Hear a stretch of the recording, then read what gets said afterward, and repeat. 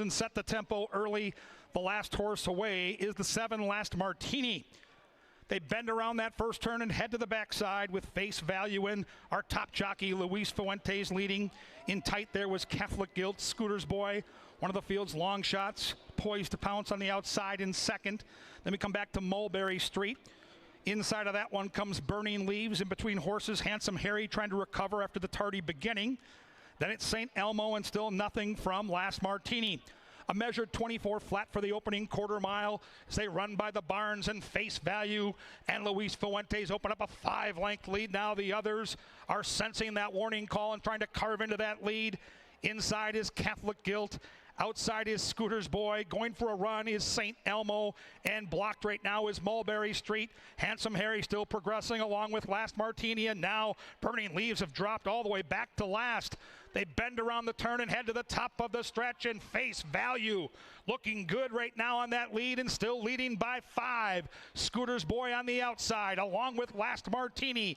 In between horses is St. Elmo, and up the inside comes Mulberry Street, and they charge down that Canterbury stretch, and still Face Value leading, but here comes Last Martini on the outside with momentum. Final football field, Face Value, and now Last Martini, and Last Martini makes the last move the winning move, and he scores in race 1 at a big number.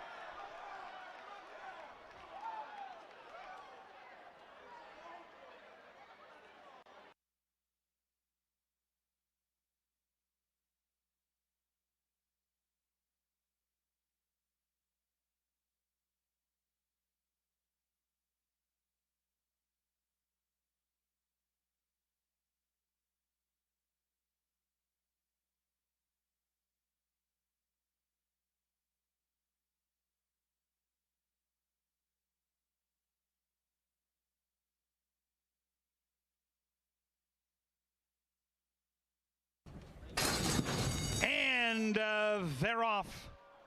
Field came off to a near perfect dispatch from the inside. Commissioner Oscar showing some early foot, but riding solo, and Brian Pena want the lead, and by golly, they're going to get it. The Man, the Myth is in second. Outside now comes Rhino de Grace. In between horses is Supreme Leader, and the last horse away is Blues Traffic.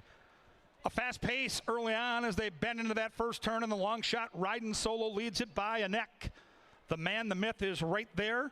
Gap of 2 to Rhino de Grace. Up the inside comes Supreme Leader in fourth. Commissioner Oscar in a good tracking position, just 4 lengths off those leaders. Under a nice pull, too. Burn Boss is 0 for 18, but in a good spot behind that one. Then we come to the outside to Competitive Daddy. Inside of that one comes Latin Force, and still nothing from Blues Traffic. A fast opening quarter mile of 22 and 3. And the Man, the Myth on the outside has taken that lead away from riding solo.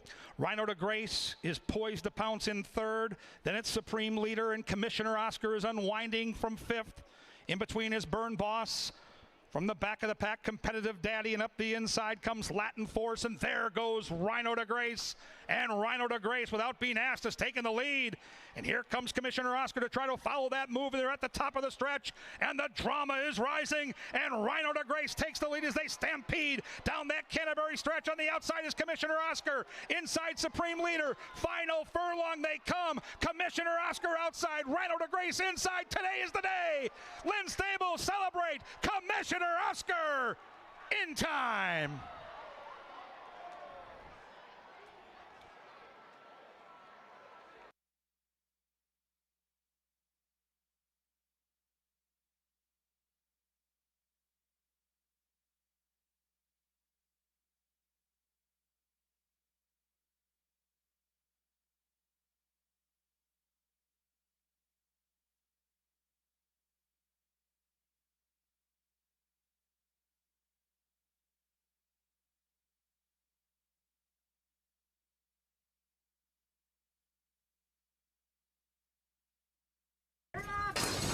And they're off in the Minnesota Oaks, and Northern Angel hustles out the inside and gets that lead, leads it by a quick 2 lengths. The favorite came out in good order, but is content to track that front marker.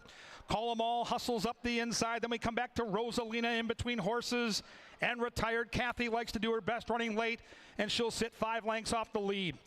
The stakes field bends around the first turn, and it's led by Call 'em All, one of the two Mac Robertson horses with those purple and gold silks, leading it by 3/4 of a length.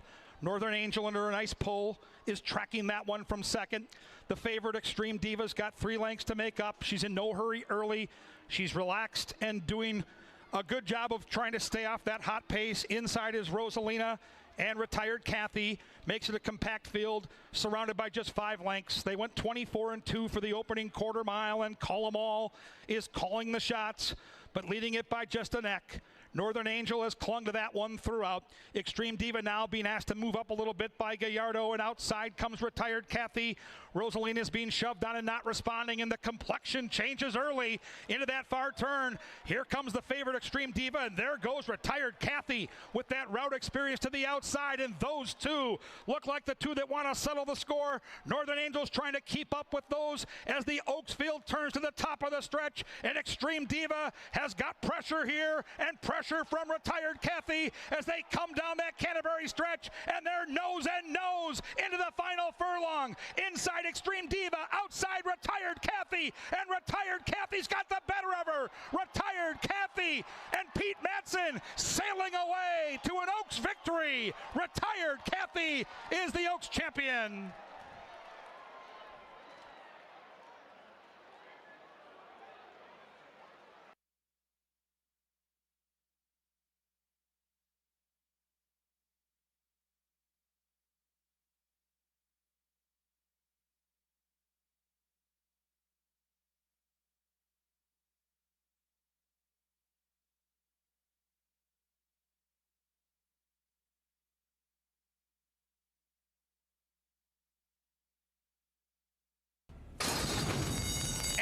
And they're off an even dispatch. Nobody real keen to get on with it, so Johnny Darr from that outside post is going to make the killer crossover and try to take that lead, joined by Sarge's Sermon, and now up comes Mountain Pine. Mountain Pine going to intensify that pace. Behind him comes Bumper Pool, and in between horses is Mark and Greeley. Then we come back to the favorite, an Esperado, who got swung about 5 wide into that turn. Shading that one inside is Cybertruck, and the last horse away is Knighted. They come by the judges for the first time and head to the backside. Opening quarter mile went in a brisk 22-4, and Mountain Pine wrestles that lead away from Johnny Darr, and those two have gone 3 lengths clear from Sarge's Sermon and the Q, who get a great stalking trip from there. Behind him comes Mark and Greeley. One from the outside is Cybertruck, and Nesperado, the favorite, is going for a mid-race move. Coastal Waters has 8 to make up. Behind that one comes Pervasive, and at the back is California Swing and Bumper Pool. 46-1, and Sarge's Sermon starts to turn up the tempo, and Sarge's Sermon making a move now on Mountain Pine. Johnny Darr still battling on the inside, and Cybertruck's in with a big chance at the top of the stretch, and the Sarge is trying to reign supreme. Sarge is supreme from Johnny Darr. In between is Mountain Pine. Up the inside comes Mark and Greeley. Mark and Greeley's full of run into that final furlong. Sarge's Sermon still there. Way outside comes Coastal Waters. Coastal Waters from nowhere. Oh, it's tight. It is so tight. 4 horses hit the wire. Coastal Waters on the far outside might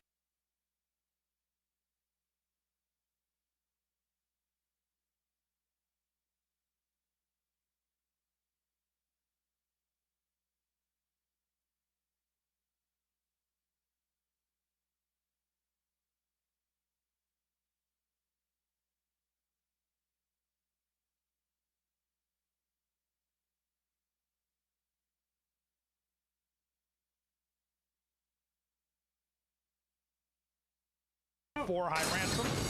We're set, and they're off in the Minnesota Derby, and the favorite came out in good order. In fact, the favorite's up near the lead. That's Street Warrior, joined by Frosty View. Behind them comes General Battle Axe. Up the inside, saving ground is Superstar Swank. Then we come to the gray, Victorious Vanda. And last in line is High Ransom, who's got 6 lengths to make up. And Street Warrior and Eddie Gallardo, the favorite, are going to dictate terms here in the Derby and lead by 2 parts of 3 lengths. On the outside comes Pete Matson's General Battle Axe. He looks to sweep the stakes tonight. Inside of that one comes Frosty View, then 3 lengths back to Superstar Swank. Victorious Vanda starting to go for a mid-race move, and 8 lengths from that leader. And way at the tail of the field comes High Ransom. 24-2, a very measured opening quarter mile. Street Warrior so far doing it well within himself. He's never gone this far, and he leads through a half mile in 48-3. Street Warrior from Frosty View. Frosty View cutting into that lead. General Battle Axe now being pushed a little bit to stay with the group. Superstar Swank's got 4 to make up, and Victorious Vanda starts to unwind. Still nothing from High Ransom, and still Street Warrior pounding away with the lead. The lead is 3. Street Warrior now from Superstar Swank. Superstar Swank is out trying to chase that one down, but Street Warrior and Eddie Gallardo like a statue here to the top of the stretch. And they settle the score now in the Minnesota Derby and straighten out down that stretch. And Street Warrior, just like he's done in his first 2 starts, is straight, is strong, and is brilliant. Street Warrior has no rivals. Street Warrior wins the Minnesota Derby.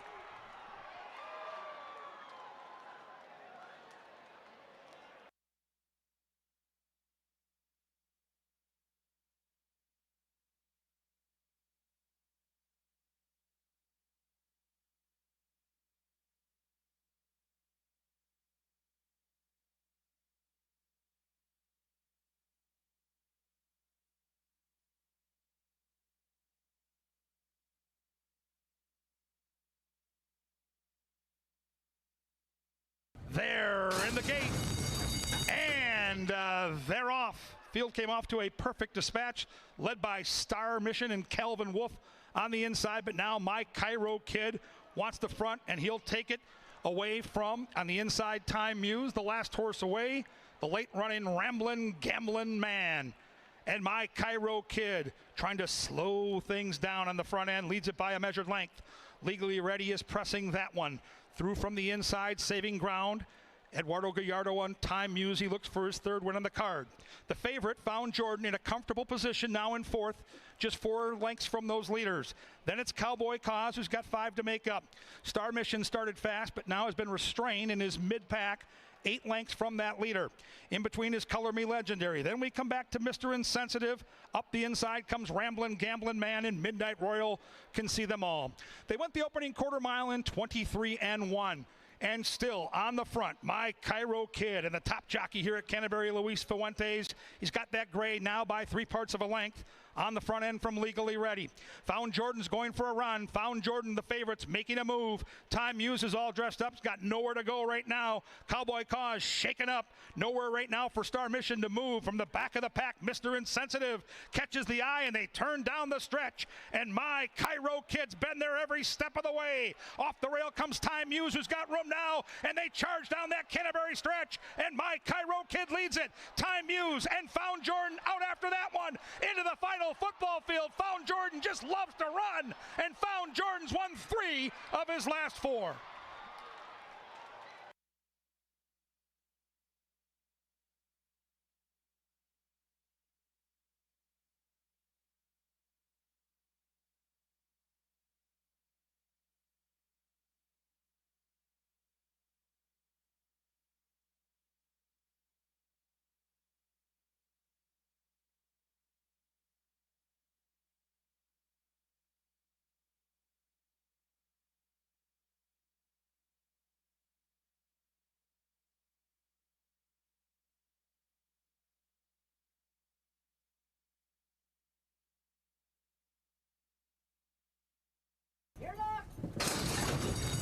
And they're off. Blue Skies and Angels a little tardy at the beginning. Outside as expected. Hurts So Goods got that patented early speed and makes that crossover. And De Silva, the hot jock, leads it by 3 parts of a length. Lucky Smile carving into that lead, scraping the paint inside. Then it's St. Charles, second choice, just 2 lengths off the lead. Samurai Mike closer than normal, 4 lengths from that leader. Boss 9 and Kelsey Har prowling from 5 lengths back. Then it's Direct Action on the inside, and still nothing from Blue Skies and Angels A snappy opening quarter mile of 21 flat, and Gallardo and Lucky Smile turn them in to the top of the stretch. Hurts So Good on the outside as they stampede down that Canterbury lane, and it's the two jocks, Lucky Smile with Gallardo, Hurts So Good with De Silva. The hot jocks are going to settle it. They run down to the final 50 yards. Hurts So Good is lunging. Hurts So Good got there. De Silva with his fourth. Hurts So Good indeed.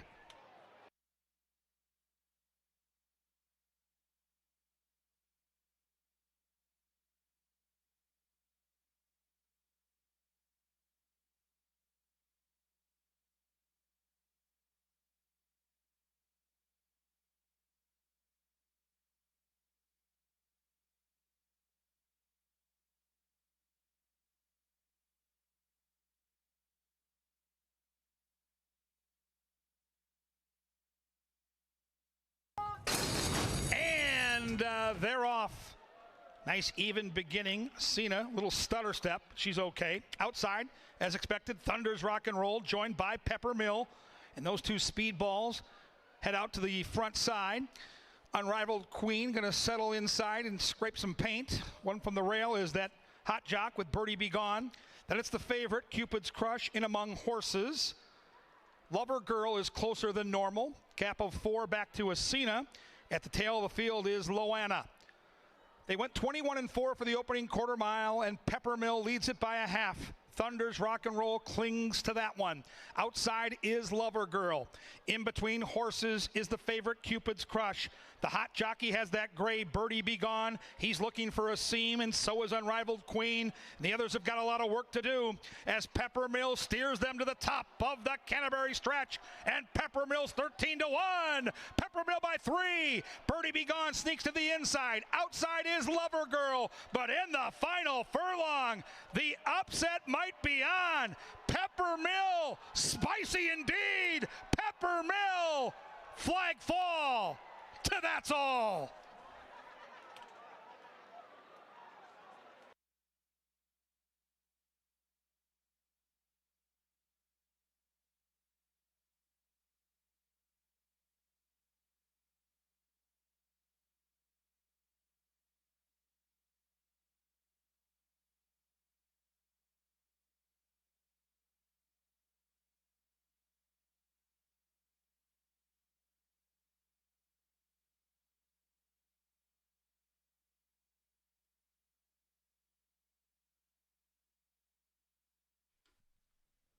Ladies and gentlemen, please rise as Miss Stacy Groutman leads us in our national anthem.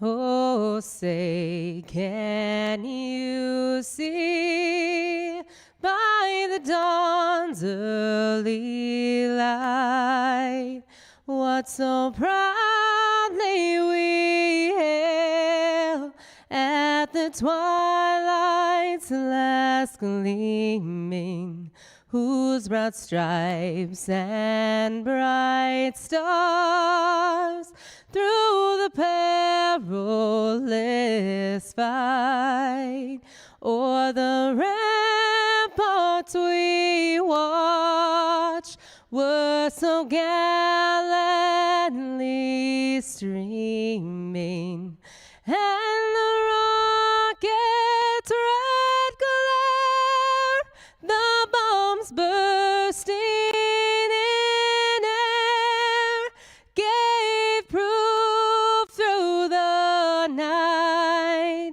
that our flag was still there.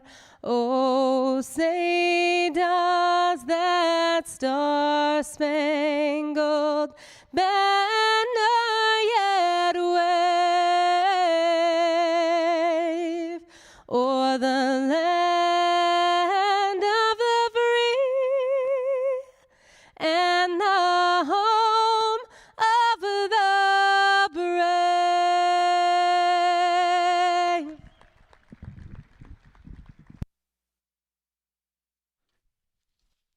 Well, good afternoon and welcome to beautiful Canterbury Park here in Shakopee, Minnesota.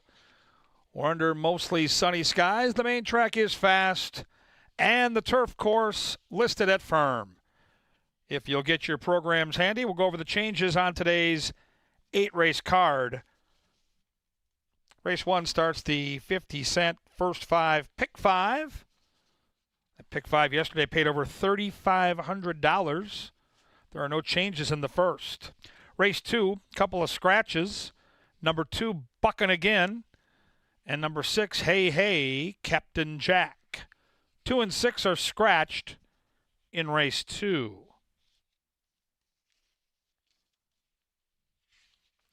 Races 3, 4, and 5, no changes. 3, 4, and 5 are clean.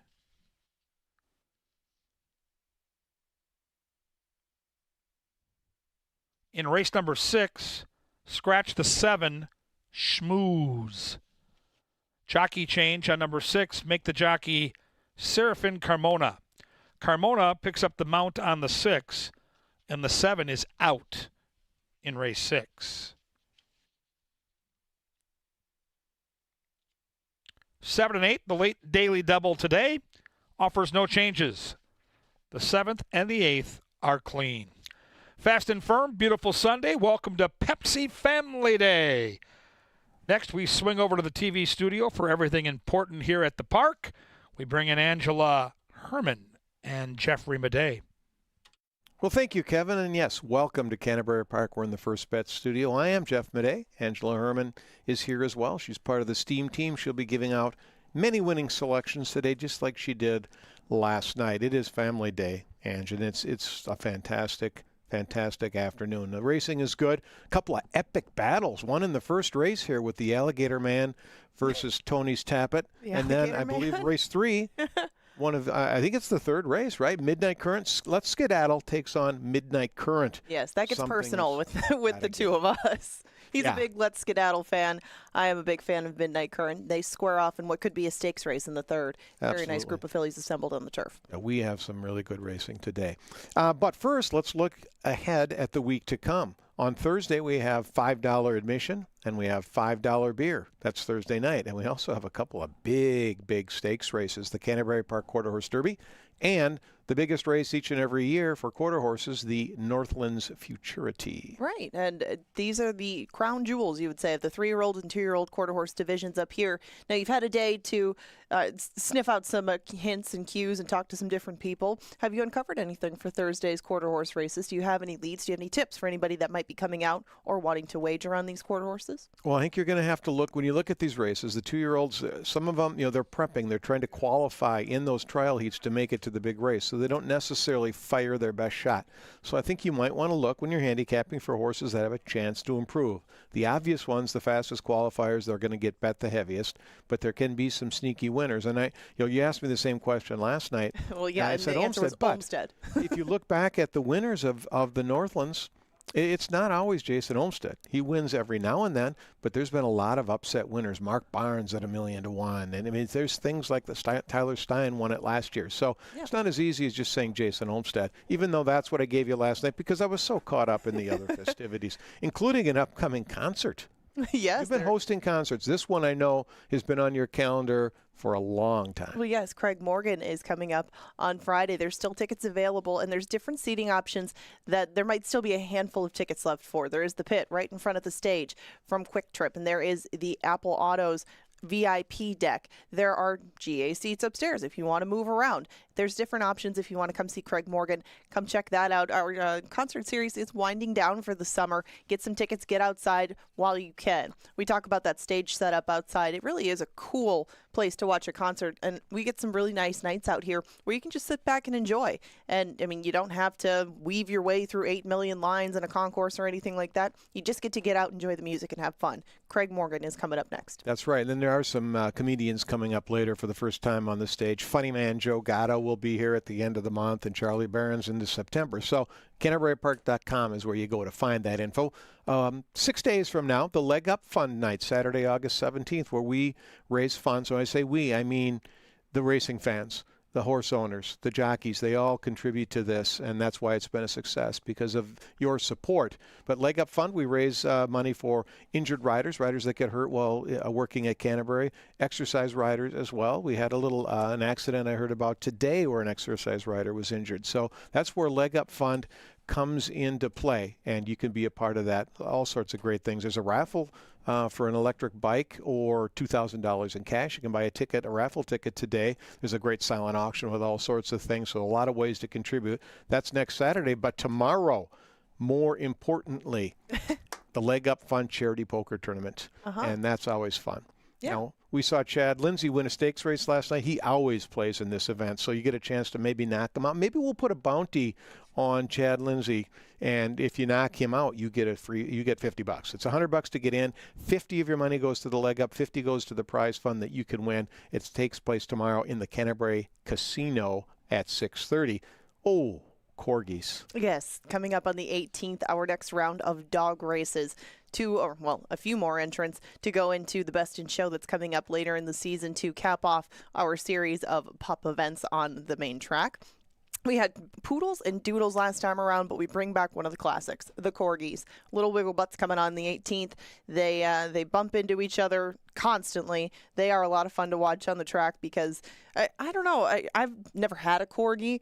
They seem a little bit less trainable than maybe some of the other breeds that we have out here. Maybe not the dachshunds, but they kind of just do their own thing, and it's interesting to watch what course they take down the track because the corgis are. I mean, they're funny any which way you look at them, but putting them in a race against each other, and for as many as we get, it's a pretty fun event. If you haven't checked that out, if you haven't made it to the dog races at all this summer, you're running out of opportunities for that as well. Fun, fast, and furry. On to the Loeffler leaderboard, the jockeys. Yes, these are the jockey standings, and Luis Fuentes remains your leader atop the standings. There was quite a performance by one of the guys on this list last night, though. Fausto da Silva with 4 wins. I like him a little bit later on a 2-year-old. We'll talk some more about that in the angle, which goes oddly enough against the power play today. Usually we're in sync, but Fausto da Silva had a big night last night. Derby and Oaks night was a good one for a lot of people, but especially for him. Absolutely. Good to see a new rider, and a rider new to our colony, get some wins, and he's a very good rider as well. Trainers, Mac Robertson. Yeah, he sits atop the leaderboard again. This was a very close race behind him, and it remains that way. Just one between Joel Burnt and Jose Silva. I think that Joel has a chance to at least tie that up, if not take the outright lead in second today.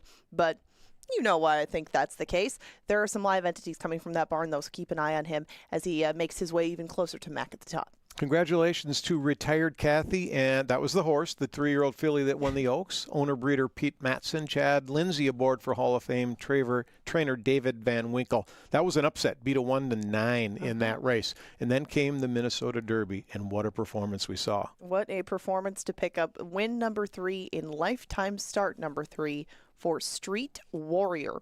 We're going to get a look at Street Warrior. Eddie Gallardo was aboard him, and this was his first run around 2 turns, and he was the only member of the field who had not tried a 2-turn race, interestingly enough, but handled it with aplomb, looked good down in the paddock, and really still has his best days in front of him. I think we were going to watch a stretch run of that and then maybe take a visit with Joel Burnt, but Street Warrior, very, very impressive. What do you think ultimately his best strength is going to be, I guess? Do you think he's going to end up being a better sprinter, better long horse, or just if they give him the right circumstances, he'll do it all? Well, we're going to hear from Joel Burnt here in this video. He's going to tell you what's next. Let's take a look.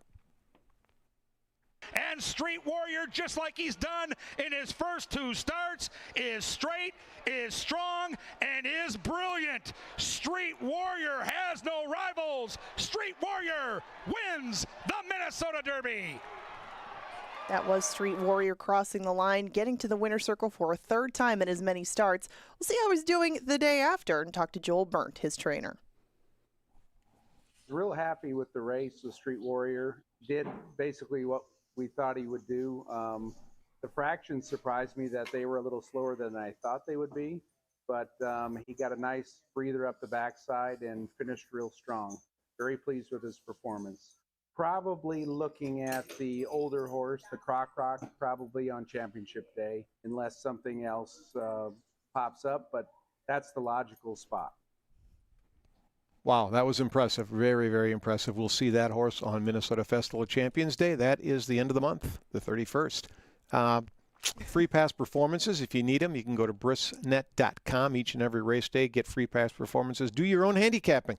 But if you need pros picks, by the way, everyone's got a program. Just scan the QR code. You can get all sorts of Canterbury Park information, but those PPs can be fun to use.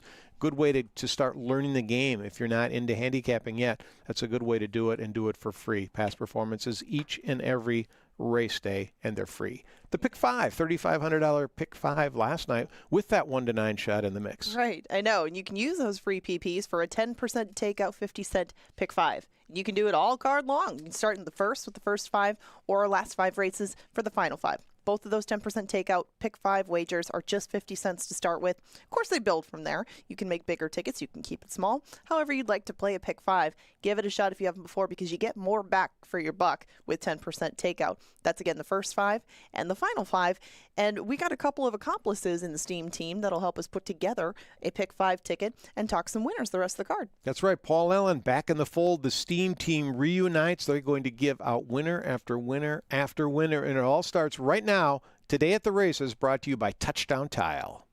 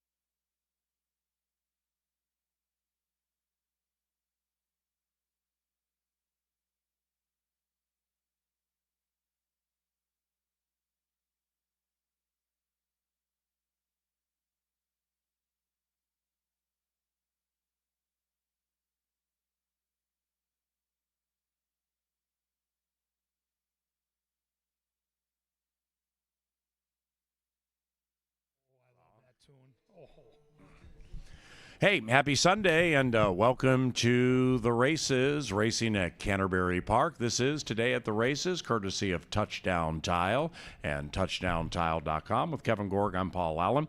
We have 8 for you today. We have fewer than 20 live racing days remaining in the 2024 season. Holy cow, is this thing gone fast? And good morning. Good afternoon. How are you? Good afternoon, PM. Good. Yeah, it starts to get to this time of year. You know, you get past the 4th of July and you live in Minnesota all your life, and it's just a downhill slide, and all of a sudden here we are in the middle of August. You're thinking about the state fair. And downhill slide. Well, it is. I mean, summer goes fast. It's fleeting in this state because we know what's on the horizon. And I think my favorite month living here all my life is September. We have our best weather month at that time of year. Fall weather is spectacular around here, but when you put it that way, under 20 days of racing left at Canterbury, it makes me a little sad. I love all my seasons. I love hockey all winter with the Wild. I love Canterbury with the horses all summer, and I don't like when these seasons come to an end. So we got to soak up days like today where we've got some really fun races, some really cool horses. I think race 1 kind of sets the tempo. There are stakes horses hidden throughout the card today on a card with no Stakes? CanterburyPark.com to get information on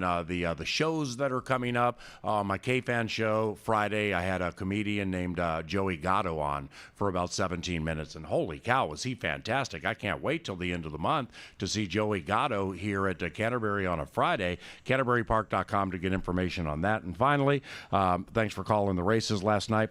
Great job as usual. And race calling's fun, isn't it? It's a rush. It's a rush, and for me, it's a lot of nervous tension. I just want to make sure that I get through it without making any major mistakes. And there's going to be, there's going to be subtle mistakes. We go back, we watch, we critique. We're very hard on ourselves. But, the one thing, I had some guests up in the booth last night, and I said the biggest thing I worry about.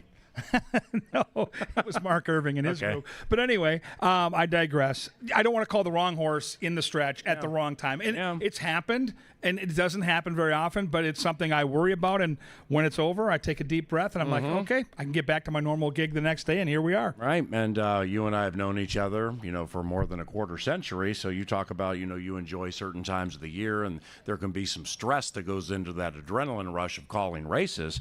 I mean, think about my existence. I've called races for 30 years, bet on most of them, and as play-by-play guy for the Minnesota Vikings, my hair was black when I started the entire endeavor, and now it's Michael McDonald-esque, so I completely understand what you're talking about. It's something. Thanks for the help last night. Absolutely. This first race is it's amazing. It's Johnny the Mouse Mickelson, leader of our television department, likes to say. This one here, well, it's short on numbers, but long on talent. I mean, we got the Alligator Hunter on the inside. He's almost made $500,000. Tony's Tappett's red hot. Excel for Valerie is sneaky. Ringstorff has a couple. Plain Talk looks to win 2 in a row and now is owned and trained by Jose Silva Jr. off a sterling performance. What do you do with this one? Yeah, these are stakes horses. Look up and down this field. These horses are, if you look in the past performances, these are stakes horses. And I just kept looking at the pace of the race. Hap Hot, we know who this guy is. From day one, he is such a fast racehorse. Plain Talk is all speed, and he's sharp right now off the claim from Mac. He's going to go, and because of the post, the Alligator Hunter, who once in a while will rate, he has to go. Inside, he has to go, which tells me Tony's Tap at the 2, who likes to sit mid-pack or further back, is going to get the pace that he needs. And the way he's running right now, what he did last time, I mean, those were good horses, and he embarrassed them. Now, I'm not saying he can do that every single time, and this is deeper water, PA. Yeah. But I looked up a couple minutes ago and saw 3-1, and I literally started thinking about running to the ATM machine. Those odds are not going to stay. He will be favored, and he will win. I go 2, 1, and 5. Yeah, I like Tony's Tap at 2, and I spent far too much time on a 6-horse field than I generally do, watching back some races just to see who was under a triple hammer lock, who looked like a cinch off the far turn. Tony Tappett's checked every single box. Now, the Alligator Hunter from the inside, that is intriguing because opening day, he was on the inside, in fact, in the very first race of the season, and he popped out of there, but then all of a sudden he was like 3 lengths out of it, and then he came back, and he was able to win. But that was then. The now of it is Tony's Tappet is taking the lead, and like Kevin said, just annihilating fields. He can be on the lead, he can be close to the lead, so he looks like he's going to be really tough. I picked a 2-5-1. I got the Silva gang, Jose that is, going 1-2 in this race, and I'm not sleeping on Plain Talk. I mean, Jose, when he claims horses, they fire the next time, and he got this one for 20 off a victory of 6 lengths and change. Fausto da Silva is Jose Silva Jr.'s go-to rider, and you'll notice Fausto ends up on number 2. Gabriel Rodriguez, good rider. It's going to be a very, very good race here. I pick it 2, 5, and 1. That begins our first pick 5, by the way, with a horse racing low 10% takeout. Second race, fast main track, firm turf course coming up later. Scratch numbers 2, Bucking Again, and 6, Hey, Captain KG.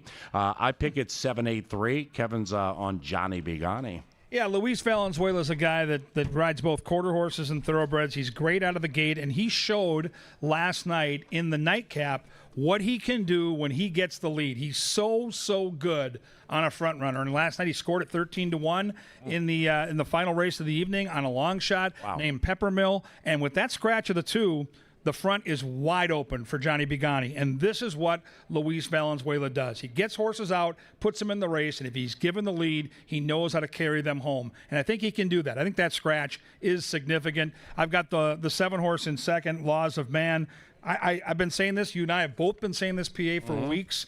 Wade Rarick's a good trainer. Yep. Wade Rarick has had some bad luck. He's got 1 win from 22 starts with 6 seconds and 6/3. I bet this horse to win 2 of the 3 times. I'm telling you. And calling the race, I thought I was a winner both times and didn't get home.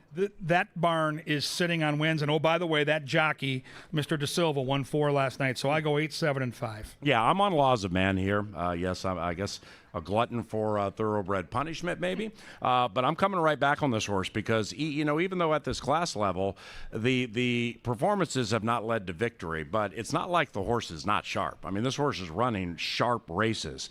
So with Laws of Man, I'm believing because of the way the pace is going to shake out, and Kevin made some really good points about Johnny Bigani, I'm going to need Cinco Majestic to just get up in there in the inside, and maybe we got a 2-horse pace battle here because Laws of Man seems to prefer to sit a little bit, but he can also be very close to the lead. So he gets to the outside now. He was inside his last 2 races. I'm hoping that makes a difference. 7, 8, and 3 in race number 2. Third race to the firm turf course for those of the hardcore variety. The rail's at 10. We have no scratches. We have no rider changes. Midnight Current, former Horse of the Year here at Canterbury.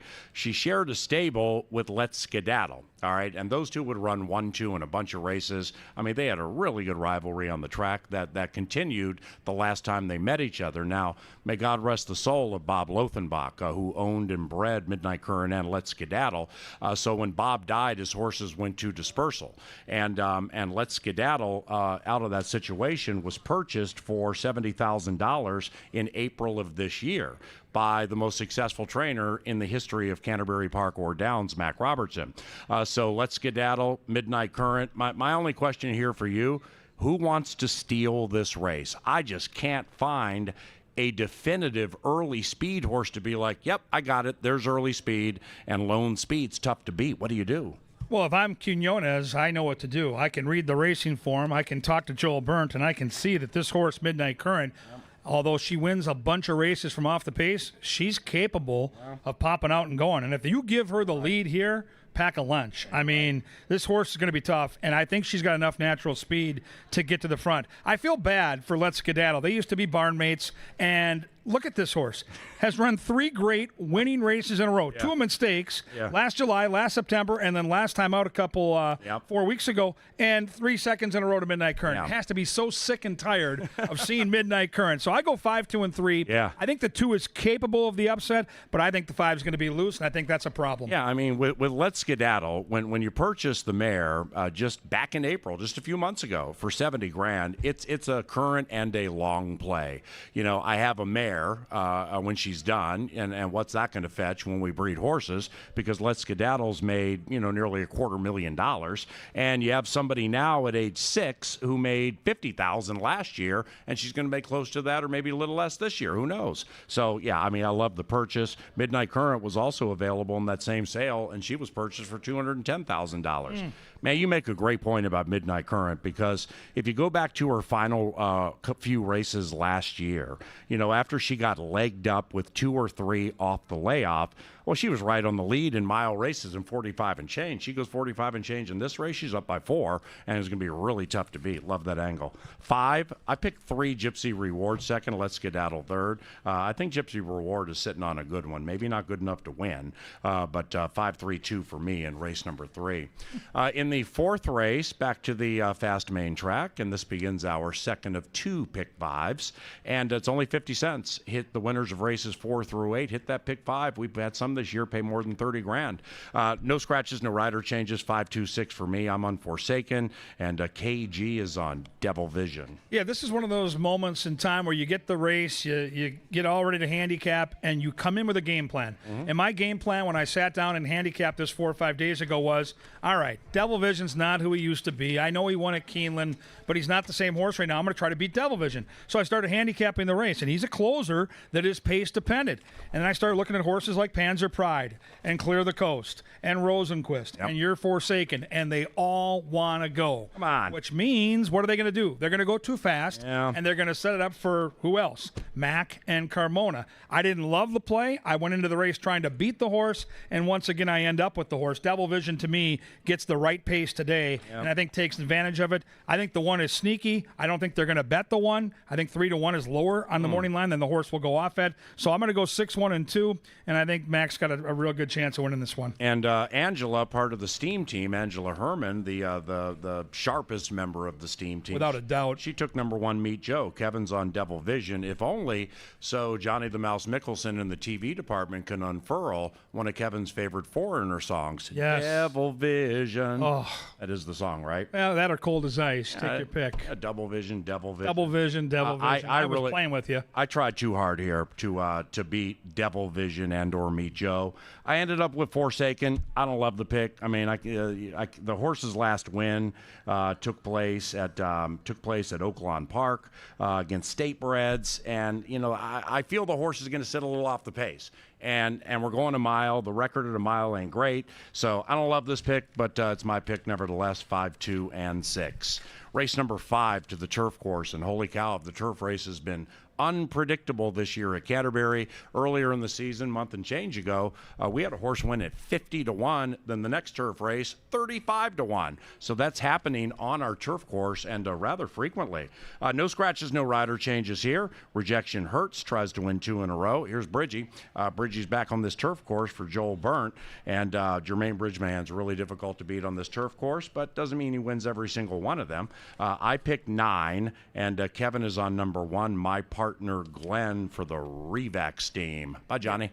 Bye, John. Love the post position. Inside post was claimed for $10,000 back in June. We're back at that level. We had some trouble last time out against significantly better horses, and I think this horse falls into a really, really nice trip. It's Luis Fuentes. It's our top jockey. It's a great post. I think the horse that's the wild card is your horse. I can't wait to hear your angle, but I don't see a ton of speed here. I think Big Pete has some speed, but I think your horse, the 9, might be loose. I respect the 6, but let's talk about that 9 because I think that horse might be the key to making money in the exotics. Yeah, it's I'm betting to win on Shut Up Michael if I can get 9-2 or higher. I mean, I think this horse is the fastest early in the race. I think he's going to clear off with the early lead by himself, unless the Chicago Steam Storms Reflection, who wants to go to the lead. But if you look at some of these quarter and half times, 24 and change, 48 and change, and the hope is Shut Up Michael can go responsibly faster than that and have the lead by himself. So I think I have a pace play here. Tough for me to not pick my partner Glenn. The owner's a very close friend of mine and plays the claiming game as well as anybody at the racetrack. You claim one for $10,000 June 9th. You come back, you win a $32,000 race and get 60% of that. Then we have some problems the next race. Then you get claimed today for $10,000, get 60% of the 15.5 and move on. I mean, that's just how you play the claiming game. Yeah. Justin's really, really good at it. The thing for me with my partner Glenn is I do believe he's super sharp, and I do believe he is sitting on a win. I think the horse is doing really well.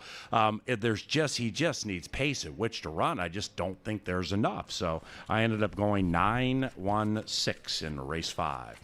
Race number 6.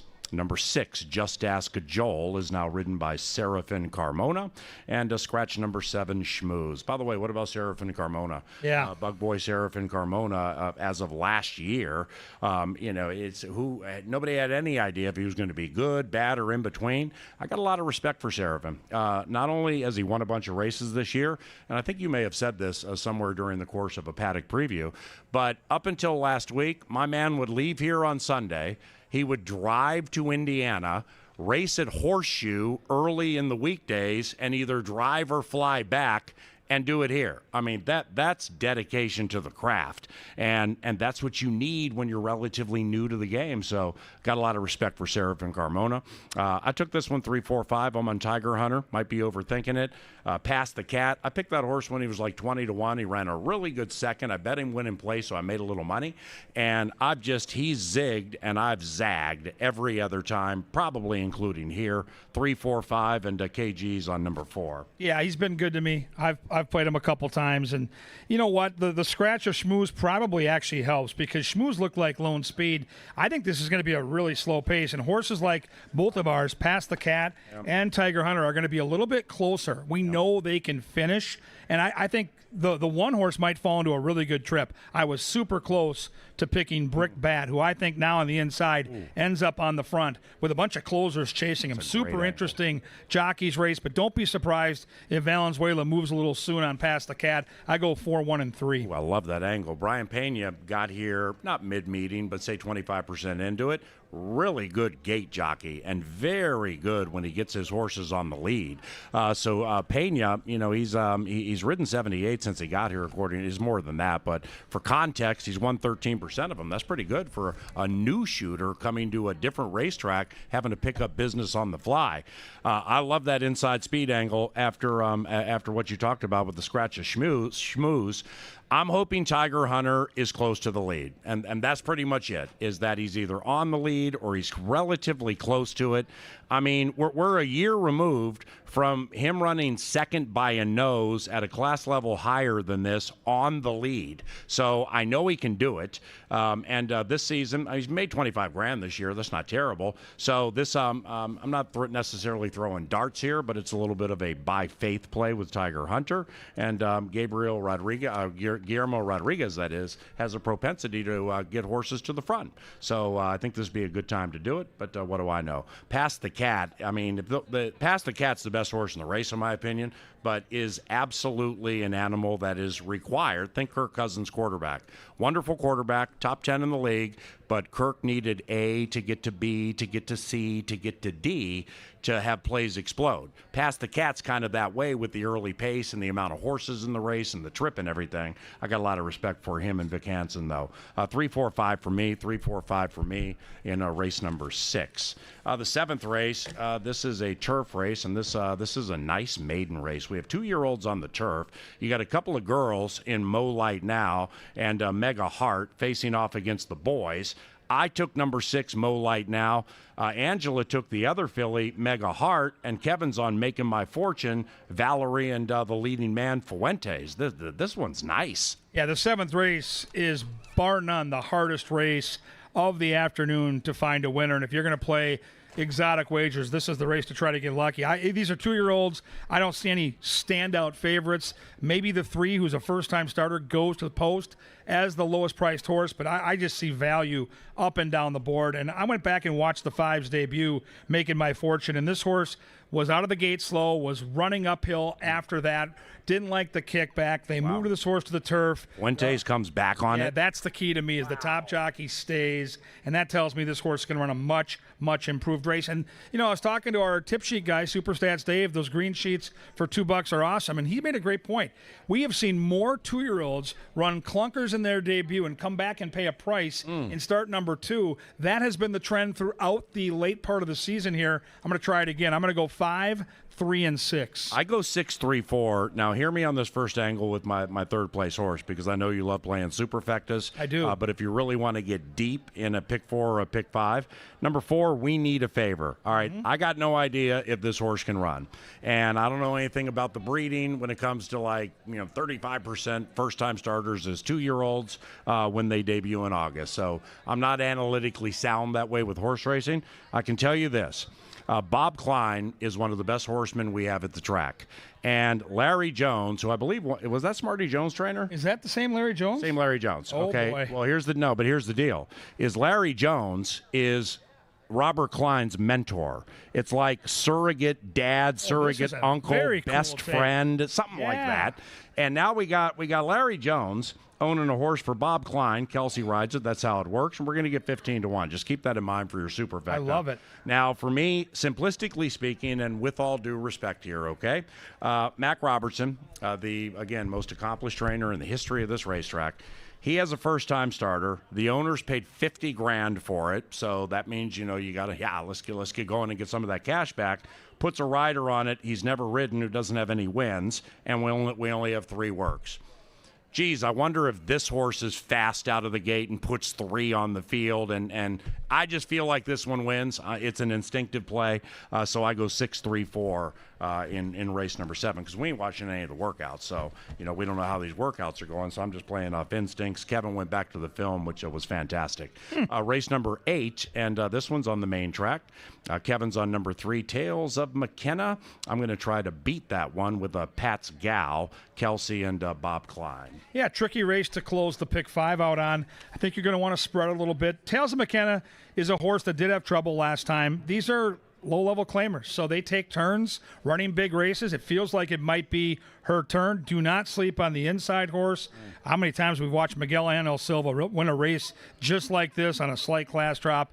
I go 3-1-6, but like I said, I think the last race is one of those races where you're not going to want to be singled in the pick 5. You're going to want to have some coverage. It looks like a very evenly matched field. Yeah, I go 6-4-7, and with number 4, Merlin's sister second, Serafin Carmona jumping up on this thing, I think makes a difference. And with number 7, Bohemian Jiggles, I picked this horse last time. I bet this horse last time, and I lost last time. Maybe that was the funeral and today's the wedding for old Jiggles. So I had to have that one in my top 3. But I take number 6, Pat's Gal. That horse won 2 races ago, incredibly professionally, and then came back and didn't have it last time. Bad day at the office. It's my belief that Pat's Gal will be closer to 2 starts ago than 1 start ago, and if it's 4-1, I'm on it. 6-4-7 in race 8. We race next week, Thursday, Saturday, and Sunday. CanterburyPark.com for all the information on what we do on and off the track. Touchdown Tile and TouchdownTile.com. Thank you very much for the sponsorship. For Kevin Gorg, I'm Paul Allen. Have fun today.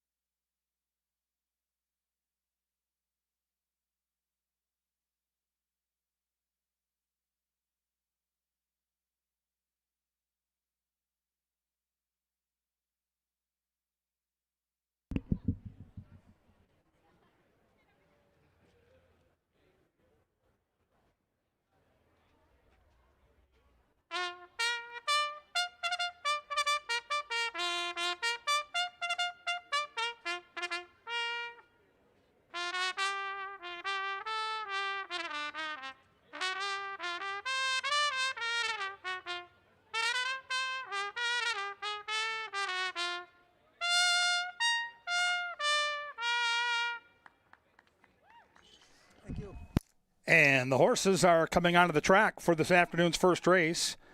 Win Play Show, Exacta, Trifecta, Superfecta, Daily Double, $1 Pick 3, and the first 5 Pick 5 with a 10% takeout, just a 50-cent bet, paid over $3,500 yesterday. Fast and firm, and we'll have that Pick 5 ticket for you in a couple of minutes. Stay tuned.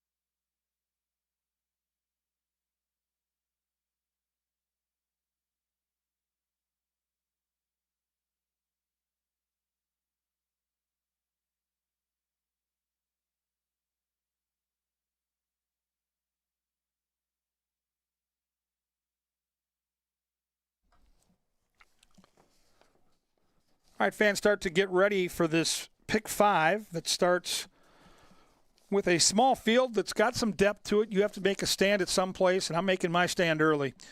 No singles, but when you start with 3 races and only 2 horses, you're going to try to spread later and get those upsets in the 4th and 5th leg. I'm going to use the 1 and 2 here. I think Tony Stappett, the 2, is going to be a strong favorite, and rightfully so. I do think there is a version of this race where the Alligator Hunter sits off the 2 speedballs to his outside and gets first run and could sneak through. So I don't want to get beat by the Alligator. Leg number 2, I'm using the outside 2, the 7 and 8. I think Johnny Begani might be gone in the front, but I'll back him up with that 7. Race 3, I've got to use Let's Skedaddle and Midnight Current. You could single Midnight Current if you're a little more brave than me and cut that ticket in half. Race 4, 1, 2, and 6, I like Devil's Vision, but both the inside 2 make sense to me. Race 5, 1, 6, and 9. It's only $36 today. My Pick 5 ticket is 1, 2 with 7, 8, with 2, 5, with 1, 2, 6, with 1, 6, and 9. Play mine, modify mine, make your own, but you don't want to get shut out on the Pick 5. The value is there. The 10% takeout is incredible. It's a game of survival. You survive, you get paid after race 5. 3 minutes now to race 1 and that first 5.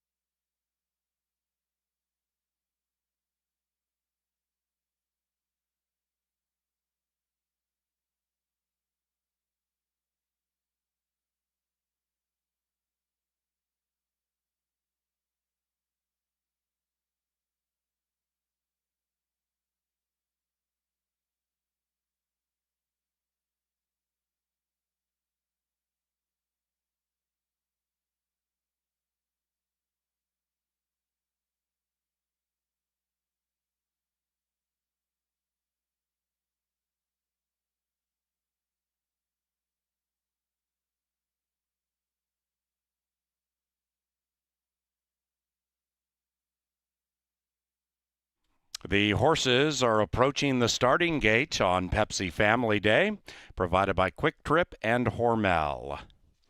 We welcome our featured groups to this beautiful Sunday in Shakopee. They include All Stacked Up and A Chance to Grow.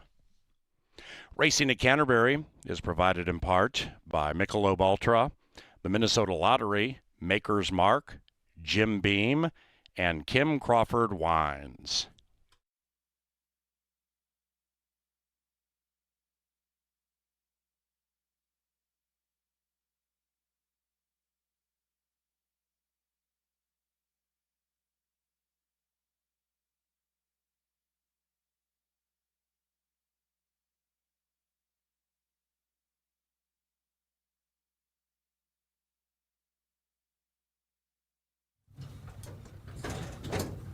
It is now post time into the gate for the first of 8 on Pepsi Family Day at Canterbury Park.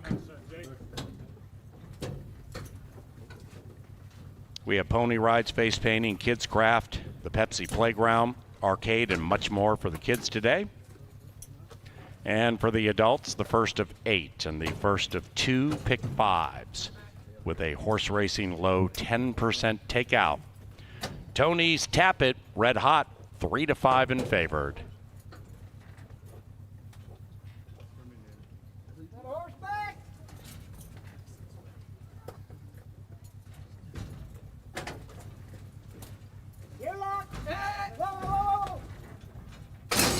They're racing. Hap Hot was off awkwardly. Not the case for the Gray Plain Talk and the Alligator Hunter. This fast and rich Minnesotan popped beautifully to the inside, and the Alligator Hunter at 2.5-1 are right on the lead. Plain Talk were right alongside. Sir Sterling behind them. After that, Excel to the inside of Hap Hot. Tony's Tap It would have to win 3 in a row from 8 lengths out of it and is last at 4-5.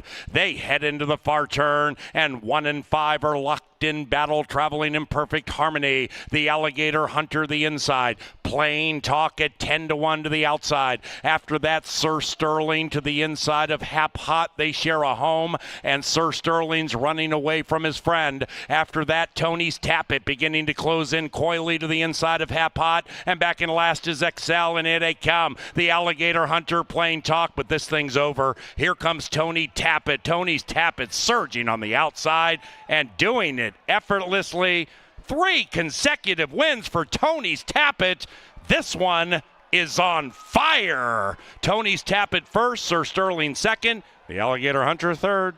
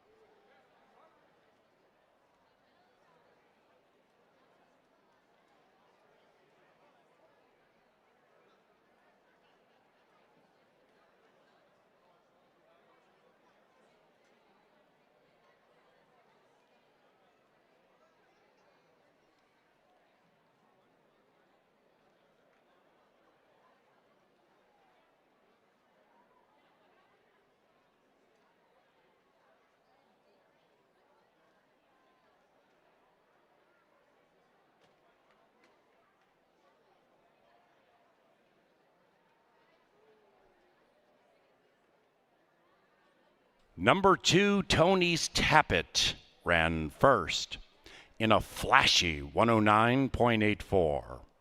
2-6-1-3 is official. So we're on to the second race, pick 4 wagering on races 2, 3, 4, and 5. It's only 50 cents. Scratch number 2, bucking again. And scratch number 6, hey, hey, Captain Jack. Race 1 provided by Loeffler. Race 2 provided in part by Apple Autos, the official vehicle supplier to Canterbury Park, and Xfinity Comcast and XfinityMobile.com. Next Sunday, we race corgis at Canterbury Park. Next Sunday, cheer on your favorite furry friend via Corgi Racing and Pepsi Family Day. Tickets at CanterburyPark.com.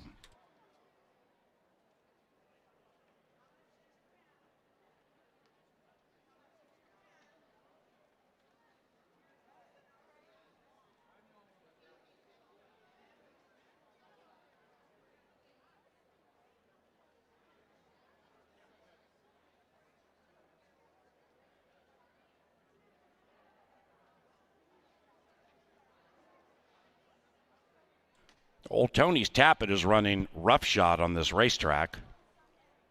10 starts, 6 victories, a second and a third, with earnings approaching $150,000 at this track alone.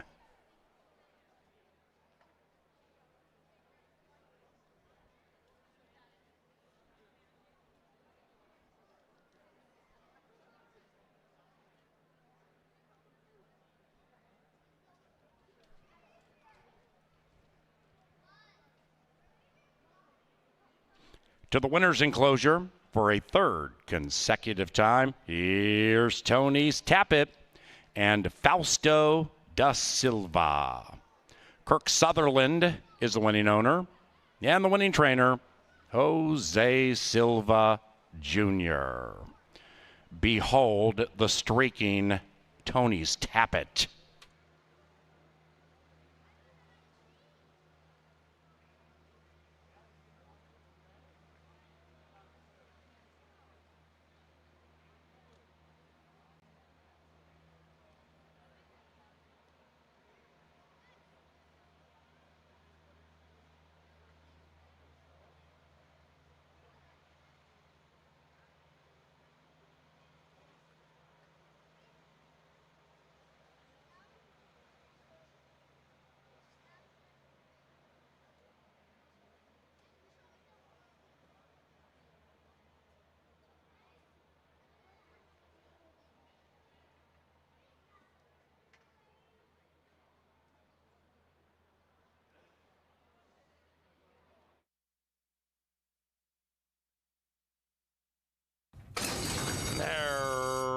Racing. Hap Hot was off awkwardly. Not the case for the Gray Plain Talk and the Alligator Hunter. This fast and rich Minnesotan popped beautifully to the inside, and the Alligator Hunter at 2.5 to 1 are right on the lead. Plain Talk were right alongside. Sir Sterling behind them. After that, Excel to the inside of Hap Hot. Tony's Tappet would have to win 3 in a row from 8 lengths out of it, and is last at 4 to 5. They head into the far turn, and 1 and 5 are locked in battle, traveling in perfect harmony. The Alligator Hunter the inside. Plain Talk at 10 to 1 to the outside. After that, Sir Sterling to the inside of Hap Hot. They share a home, and Sir Sterling's running away from his friend. After that, Tony's Tappet beginning to close in coyly to the inside of Hap Hot, and back in last is Excel, and it they come. The Alligator Hunter Plain Talk, but this thing's over. Here comes Tony Tappet. Tony's Tappet surging on the outside and doing it effortlessly. 3 consecutive wins for Tony's Tappet. This one is on fire. Tony's Tappet first, Sir Sterling second, the Alligator Hunter third.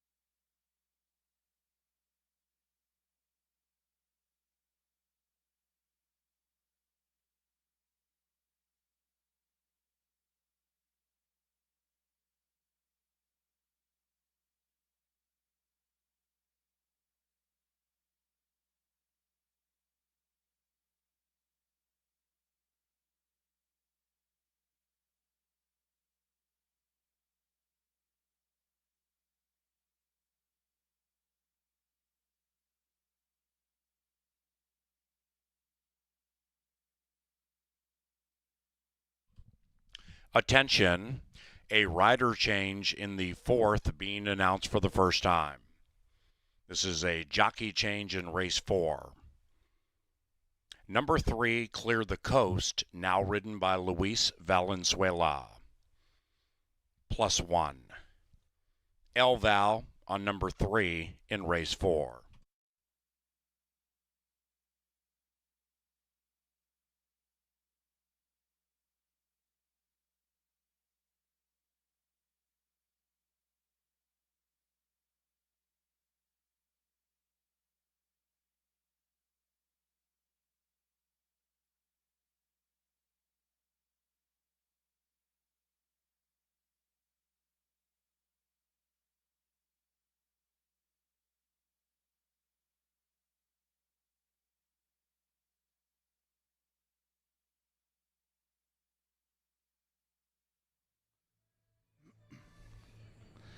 Oh, the 6-year-old Tony's Tappet is so very sharp right now. The hot jockey from yesterday was Fausto da Silva, and all he had to do was just guide that horse. I mean, triple hammerlock in the final furlong, sub 110. This horse has been spitting out buyer figures close to 100. Don't be surprised if that horse maybe takes a quick ship down to Prairie Meadows or Ellis Park and tries a 6-figure stakes race. He's just doing so well right now. Great training job by Jose Silva, and a great opportunity here on Family Day to give back inside the main gates here. Right behind the paddock, our lower level entrance is the leg up table with some great opportunities to help the men and women that ride these horses. When they're not racing and they're hurt, they don't get paid. And so the leg up fund is something we've done here at Canterbury and done at a high level for many, many years. And it's a great cause. There's a raffle you can get involved in with some unbelievable prizes. You can make donations. Stop by the leg up table today. You will not regret it. Maybe you'll get some good luck, some good horse racing karma along the way. I thought a very important scratch of both the 2 and 6 here that could open up the front end for the outside horse. We'll get there in a moment. Let's handicap the entire field, starting with number 1, Without Equal. Our top jockey is Luis Fuentes. He shows up here, and a very crafty trainer in Valerie Lund takes the hood off. The blinkers come off. She's been great all season. She's winning at 20%. Without Equal doesn't have a lot of natural speed, though, so might be up against it in terms of the pace and the race flow, but should be motoring late for Valerie. Without Equal, and our top jockey right now a square 5-1. Number 3 is a Minnesota bred facing open company. This is R. Vu's Taboo. Constantino Roman gets the call. 14 starts on our main track, and this horse has hit the board in 6 of those. Has enough early speed to I think, be close early. His buyer speed figures, which kind of measure how fast they run, is a touch below some of these, so he'll need to bring his absolute A game, and he's 11-1 up on the board. Cinco Majestic is the 4, and Carmona the jockey has just been awesome all season. You get a class drop, you get turf to dirt, and you get Miguel Angel Silva. So there are tons of positives here, including the price, which is a juicy 6-1. The question mark, though, that I had is this trainer uses multiple horses inside races, and his go-to jockey is Barajas, who shows up on the horse next door, and he's a bigger price. He's 9-1. Turf to dirt, likely doesn't have enough speed to stay close early, but should be making up ground as the race gets longer. I did think the fans had this one right, and you can see by the wagering, the outside 2 horses look to be the 2 to beat. We'll start with Laws of Man. The hot jockey's Da Silva. He won 4 yesterday. He's already won 1 today, and he's got a horse that's been just knocking at that victory door for Wade Rarick. Wade Rarick's a great horseman. He's sitting on some wins, and I would not be surprised if Laws of Man can finally get the job done after 3 straight heartbreakers.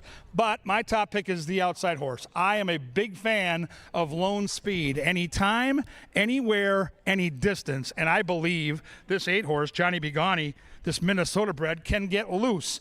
And I love the jockey Luis Valenzuela with speed. He did it last night in our final race at 13-1. He gave that horse an awesome ride on Peppermill. I look for the same strategy. And oh, by the way, if you're out in the paddock and you're looking for horse flesh and what to look for, that's what you're looking for. Not a lot of sweat, great energy, big muscle. I'm all in. Johnny Bigani going to live up to the name, go to the front, and be Gani today. Race number 2, an early pick 4, and all kinds of fun activities on Pepsi Family Day. For more details on tickets and deals throughout the year, head to CanterburyPark.com. They'll be at the gate in around 8 right here, and then they're going to get it on.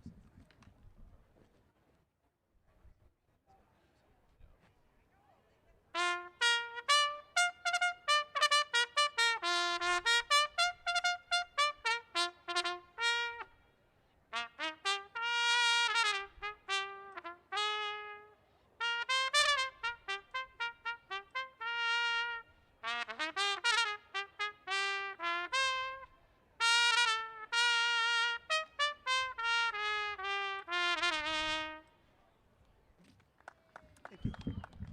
Thank you.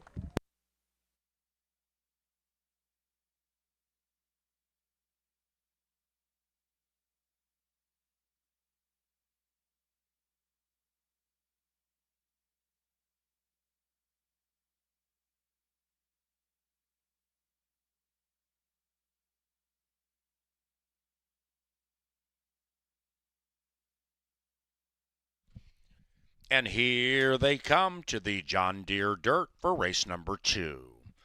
Scratch numbers 2, Buckin' Again, and 6, Hey Hey Captain Jack.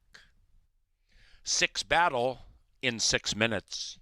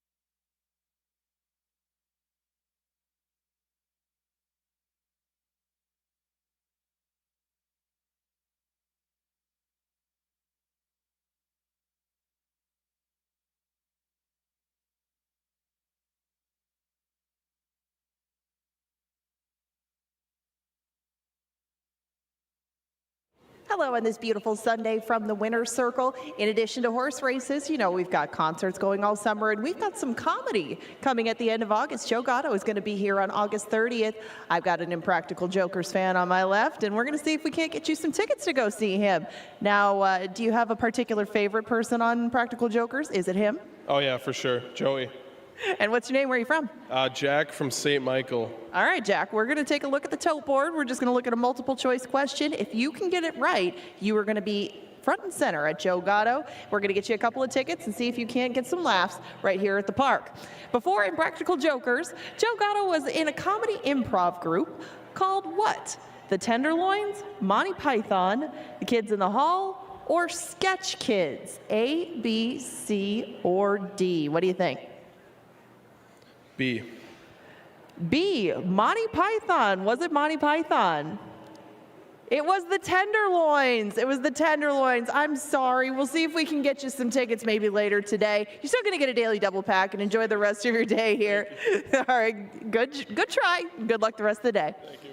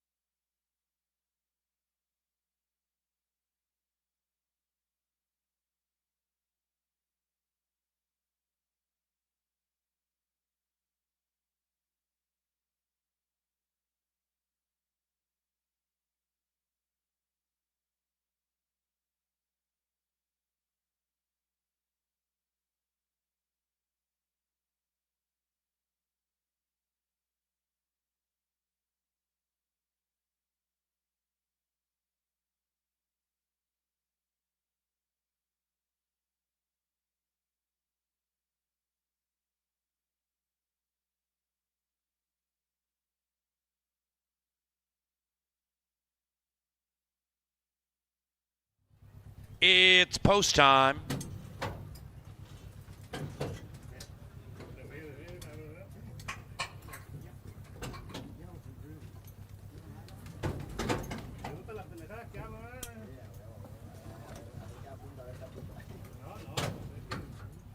In line for the second,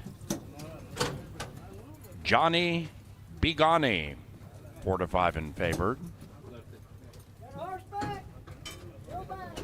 Johnny moving in. They're racing and they've broken a line. Johnny B. Gawney ridden for early speed by LAV, but that lead has been usurped by Cinco Majestic, and now between them, Laws of Man fires up and puts the red shadow roll in front. It's Laws of Man and the hot jock wanting the lead and getting the lead and running away by 2.5. Laws of Man laying down the law. After that, Clearwater Sunset, 6 out of it on the move but pushed. Then it's Arvu's Taboo, and Without Equal is last. They're covered by 11 off the far turn. Laws of Man leads it by 1. Johnny B. Gawney is cutting into the margin. Outside of that, Clearwater Sunset, Cinco Majestic, 7 out of it. Then it's Arvu's Taboo, and Without Equal still is last. And Laws of Man still is first. Laws of Man at 8-1 leads it by 2. In second, Johnny B. Gawney. After that, Clearwater Sunset, Without Equal from the back of the pack, finishing perhaps for one of the minors. But this is Laws of Man making no mistakes today. 2 in a row for jockey Fausto da Silva, who has won 5 of the last 7. 7-1-5 in race 2.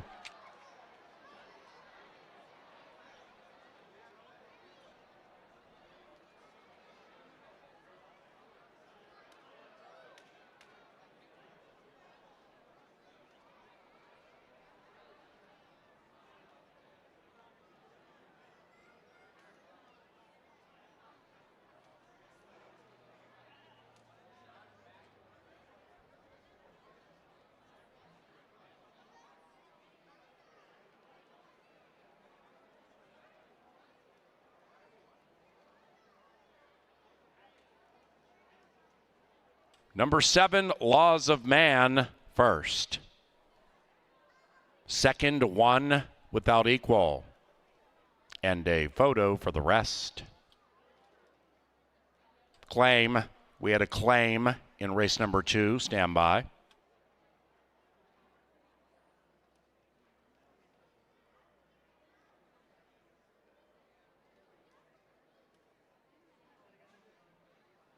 The winner, Laws of Man, changes barns. First, the numbers 7, 1, 5, 8. Number 7, Laws of Man, claimed for $10,000. The new trainer, Gabriel Silva, and the new owner, Byron Lindemann. Race 2 winner, tagged 10K, G. Silva Lindemann.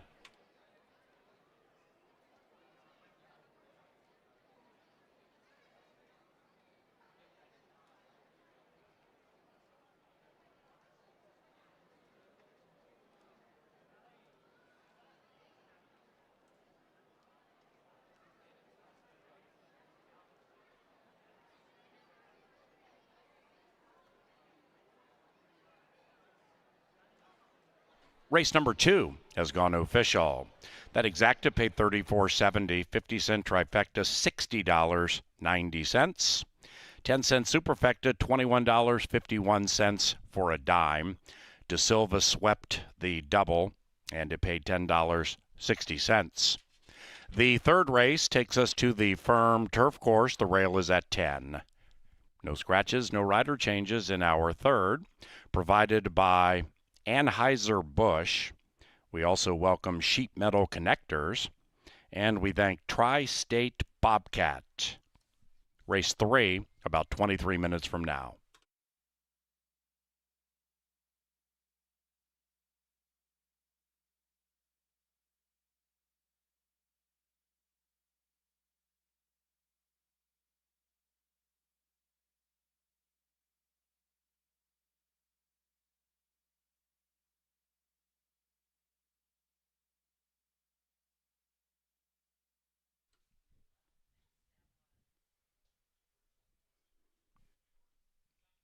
Up to the winner's enclosure, Laws of Man, back-to-back victories for jockey Fausto da Silva.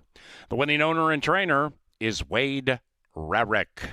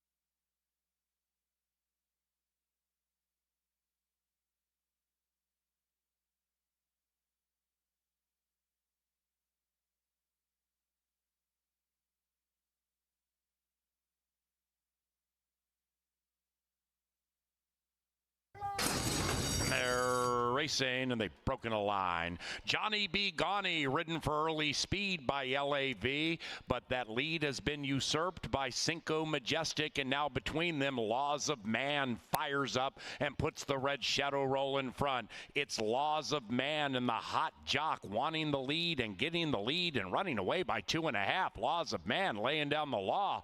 After that, Clearwater Sunset, 6 out of it on the move but pushed. Then it's Arvu's Taboo, and Without Equal is last. They're covered by 11 off the far turn. Laws of Man leads it by 1. Johnny B. Gawney is cutting into the margin. Outside of that, Clearwater Sunset, Cinco Majestic, 7 out of it. Then it's Arvu's Taboo, and Without Equal still is last. And Laws of Man still is first. Laws of Man at 8-1 leads it by 2. In second, Johnny B. Gawney. After that, Clearwater Sunset, Without Equal from the back of the pack, finishing perhaps for one of the minors. But this is Laws of Man making no mistakes today. 2 in a row for jockey Fausto da Silva, who has won 5 of the last 7. 7-1-5 in race 2.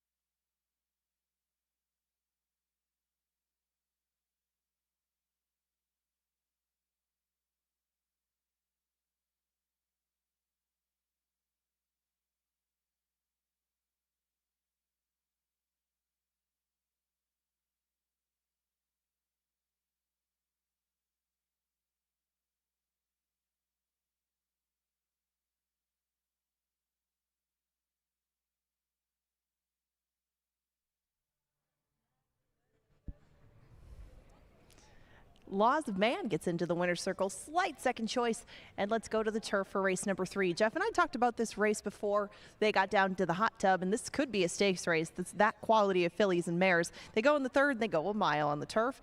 The one virtually pulled quite the upset last time, didn't she? 50-1 was the final tab on the board, and virtually won it well. She was clear from Lock It Down and Dirt Flirt, who's also in this spot, who also came back to win. Some flattering things for this filly, who should be very close in attendance to the pace on the inside. There may not be too much company for her. I would expect her and Midnight Current to be out there making some sort of pace, but probably not a very fast one. That does definitely help her chances to at least stay in the exotics if you don't like her on top, and the price should be very good again. Right now it's 7-2. I would expect that to go up as they get closer to the gate. This filly has every right to stay that good and get another piece, maybe even another win. I mean, she's 7 for 17. They don't do that by accident. Let's get Skedaddle right next door.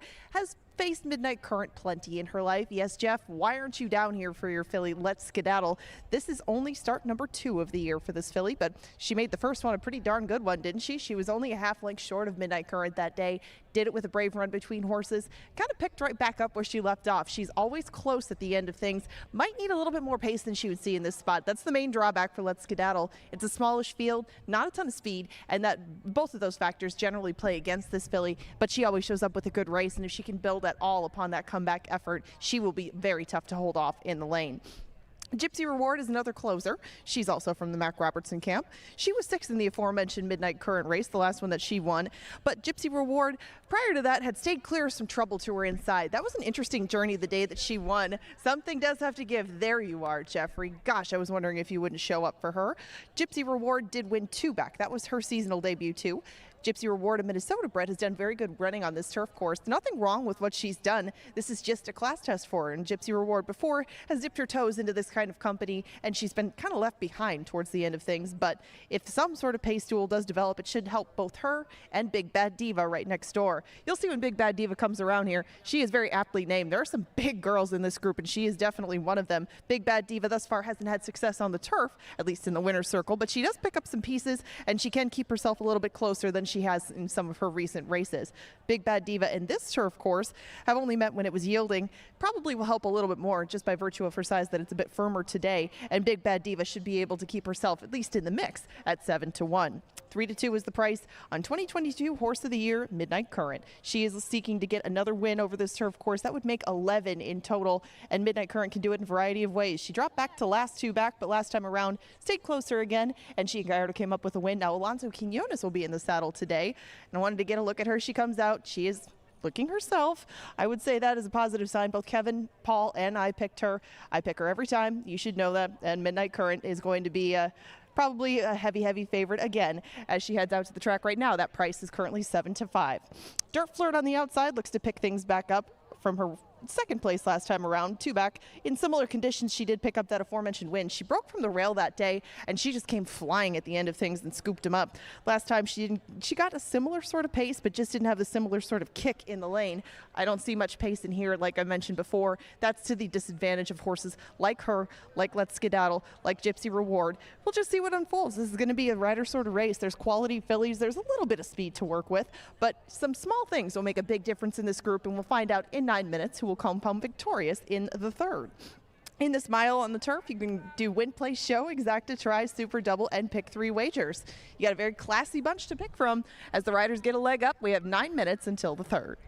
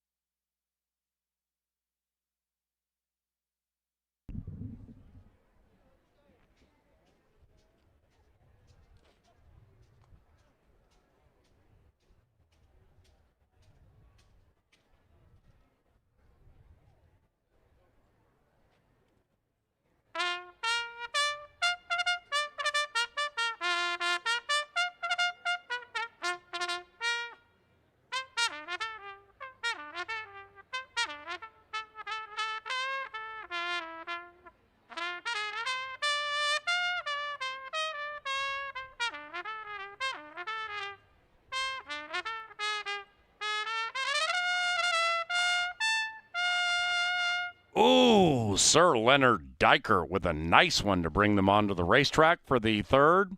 John Deere Dirt, then the Firm Turf Course, and we have no scratches.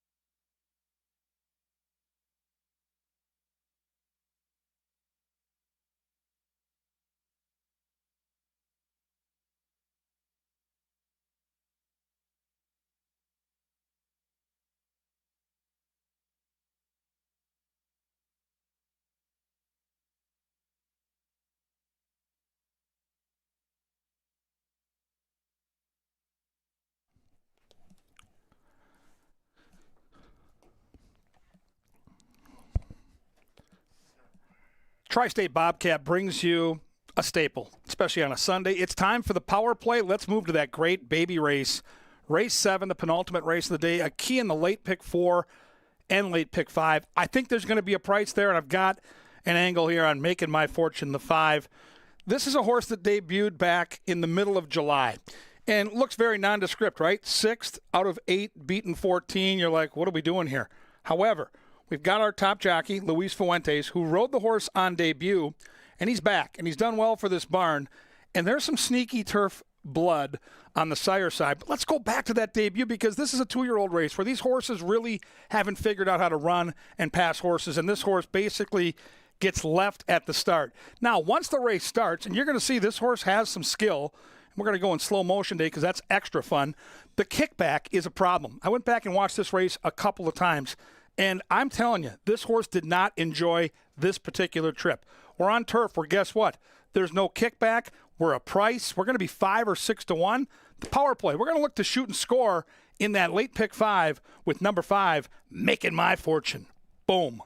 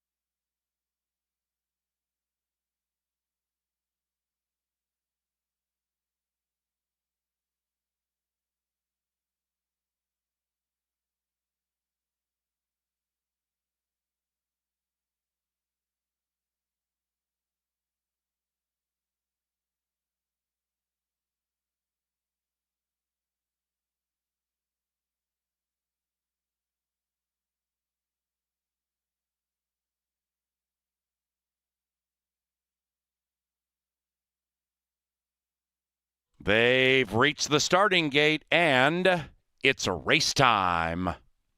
The third on the beautiful turf course, 6 duel. Former Horse of the Year, Midnight Current, is 6-5.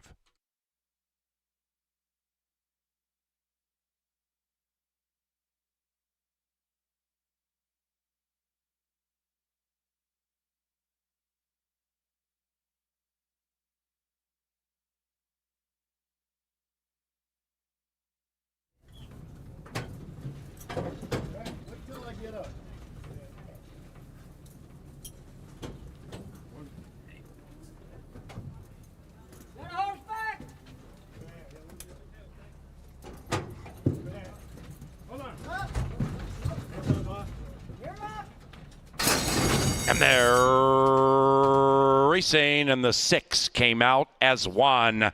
Let's Skedaddle at 2.5 to 1. Pop nicely, might be in search of the lead. Midnight Currents between them. After check that outside of them to the outside of Big Bad Diva, and now virtually in her quest to win 2 in a row, takes the lead and runs away by 1.5.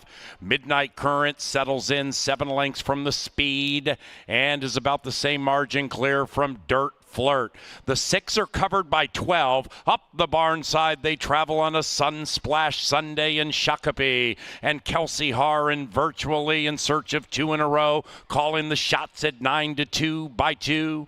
Let's Skedaddles along in second, Soul Alone. Gypsy Reward is the gray. Midnight Current's making a mid-race move, and Midnight Current begins to sail up confidently to the outside, 3 lengths behind virtually. After that, Big Bad Diva, and nothing from Dirt Flirt. Number 1 is still number 1. It's virtually still not asked for run. Virtually leads it by about a half. Midnight Current ships all in. So does former stablemate Let's Skedaddle. Behind them, Gypsy Reward Block looking for a way through. Virtually by a neck. Midnight Current extends those big, beautiful strides and is taking off to the outside. Let's Skedaddle trying to run her down with Gypsy Reward, and virtually is fighting so bravely, but she ran into a former Horse of the Year, Midnight Current, who prevails at even money.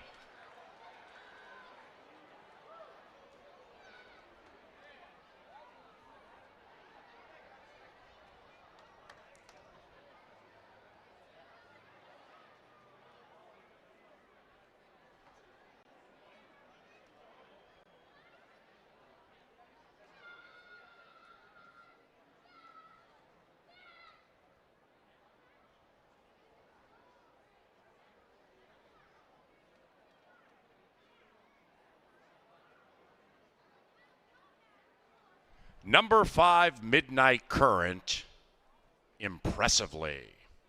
134.54 the running time. A photo required for the rest.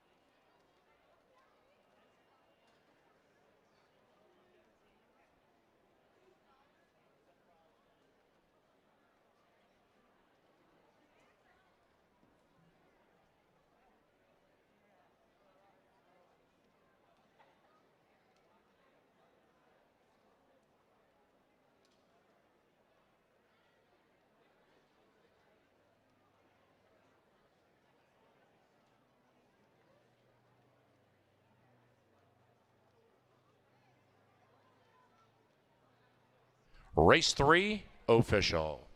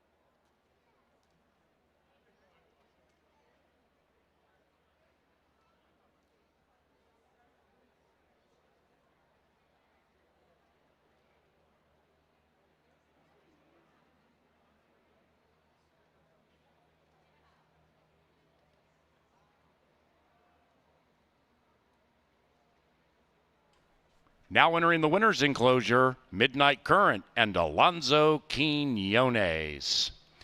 Midnight Current is owned by Runnymore Racing and the winning trainer, Joel Burnt.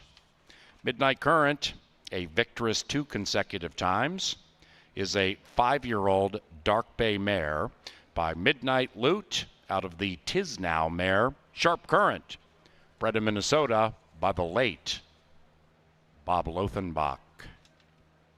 Our 4th is on the John Deere Dirt. It's 20 minutes from now, and it's provided by Jim Beam Bourbon, elegant, smooth, refined, and by Busch Light, a proud sponsor of racing at CBY.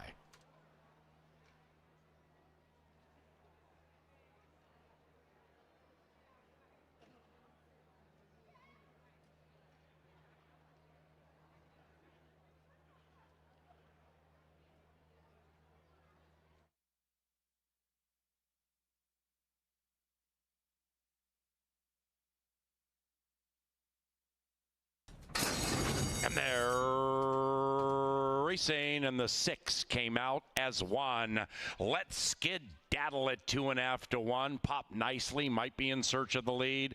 Midnight Currents between them. After check that outside of them to the outside of Big Bad Diva, and now virtually in her quest to win 2 in a row, takes the lead and runs away by 1.5. Midnight Current settles in 7 lengths from the speed and is about the same margin clear from Dirt Flirt. The 6 are covered by 12. Up the barn side they travel on a Sunsplash Sunday in Shakopee, and Kelsey Harn virtually in search of 2 in a row, calling the shots at 9 to 2 by 2.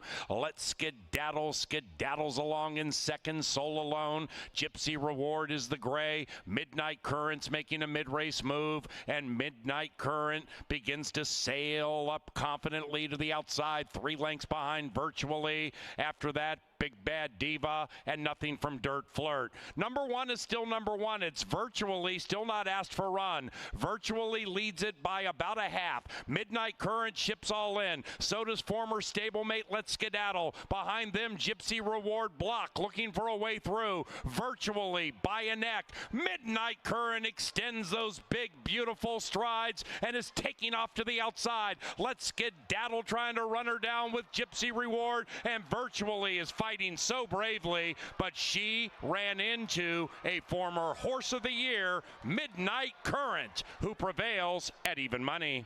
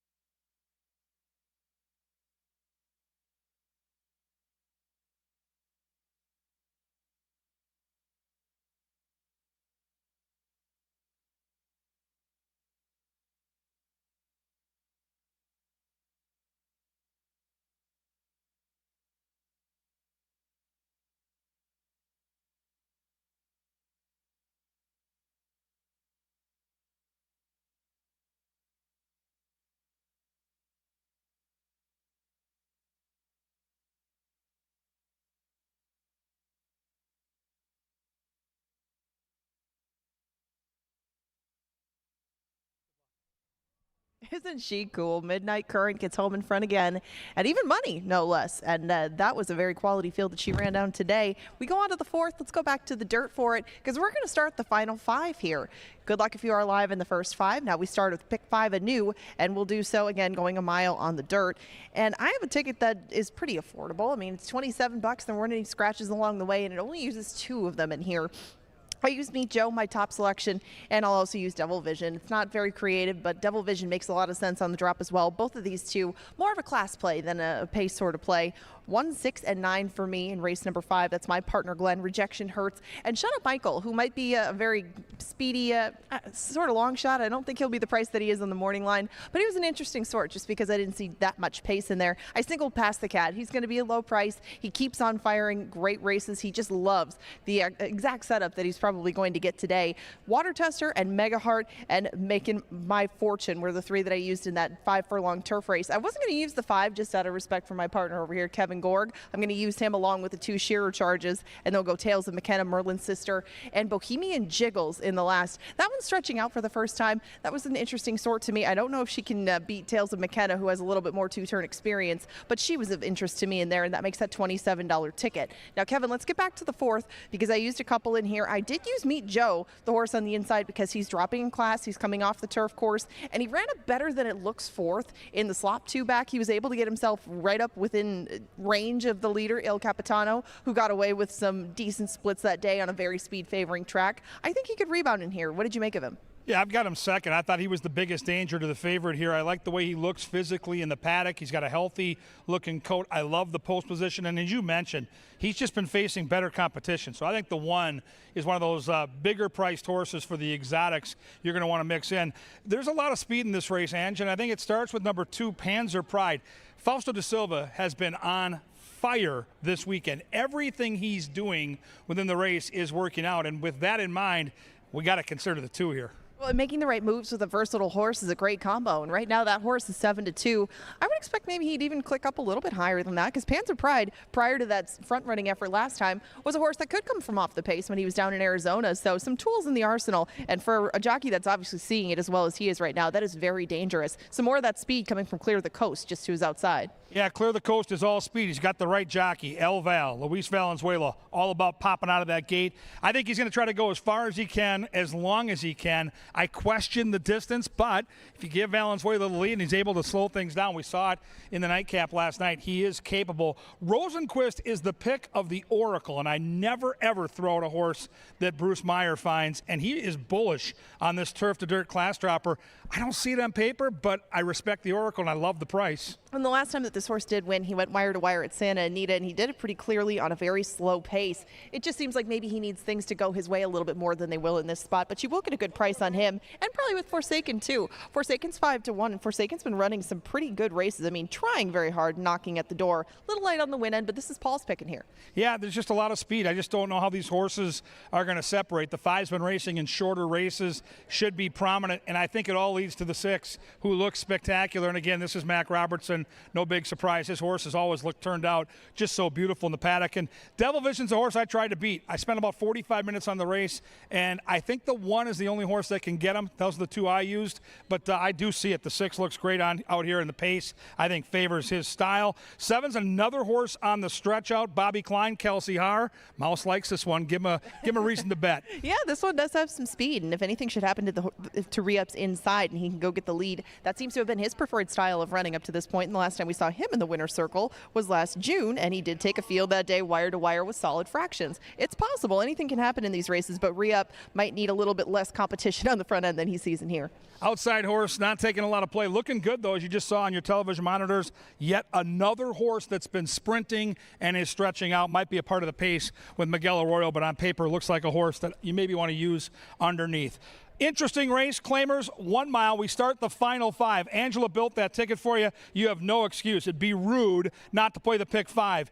Gigi and Ava are out here. It's a cast of thousands. It's Pepsi Family Day, and it's race number 4 coming up and coming at you next.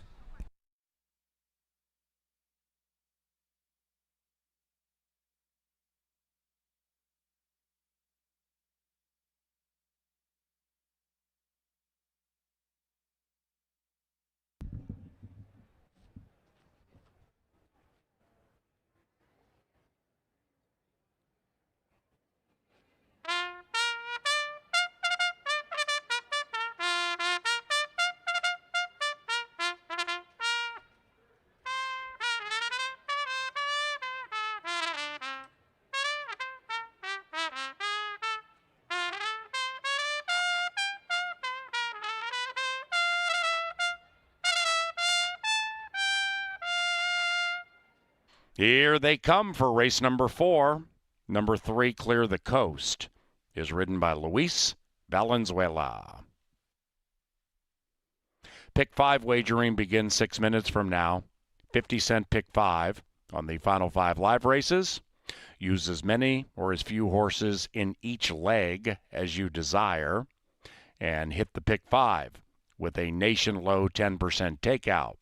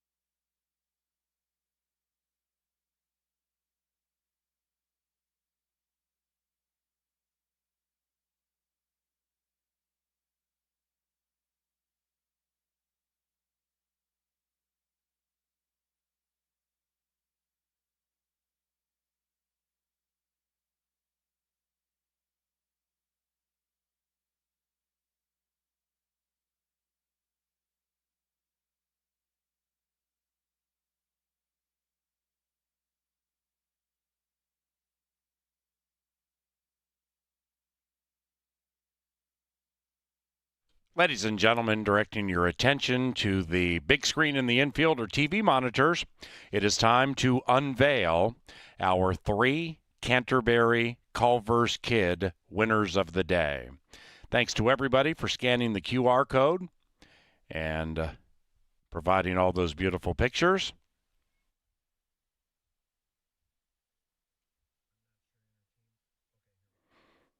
And winner numero uno, congratulations. If that's your child, you have won a free kids meal from Culver's.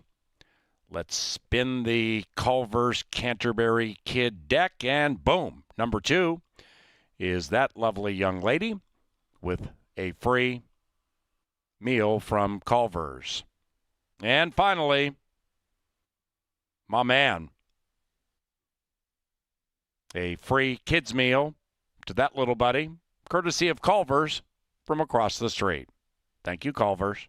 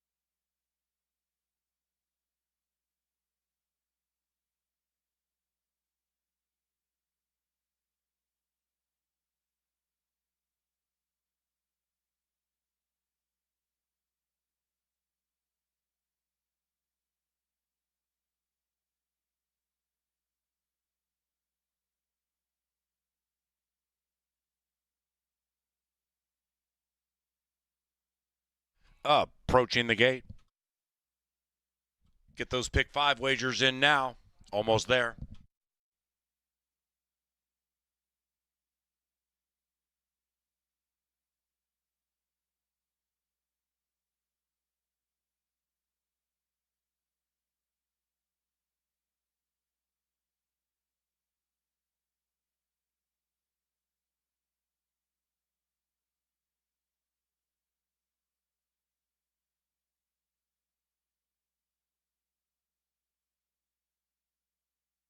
They've reached the starting gate. It's post time for race 4, the Meddler.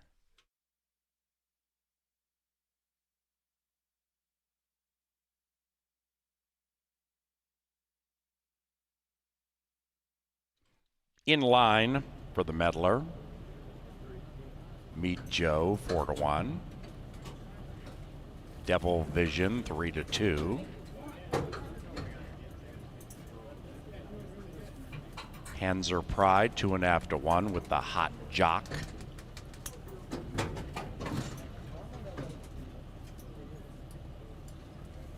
Two back.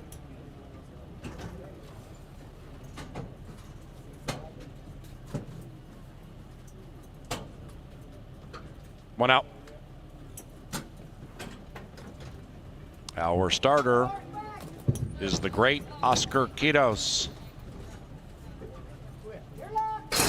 And they're racing, pop nicely. Forsaken with good early speed at 7-1. Re-up is being ridden rigorously by Kelsey Hard to show speed, and by golly, they've done it. And 5 and 7 race out. 3 lengths to the good of Clear the Coast, who's running away from Panzer Pride. Early pace hot. Forsaken to the inside of Re-up, and they're now 4 clear from Clear the Coast. After that, Rosenquist advancing to the inside of Ferrari Road. Then we come back to Devil Vision to the outside of Meet Joe. They head up the Canterbury Park barn side with 5 furlongs to travel. Re-up a neck. In second is Forsaken 5.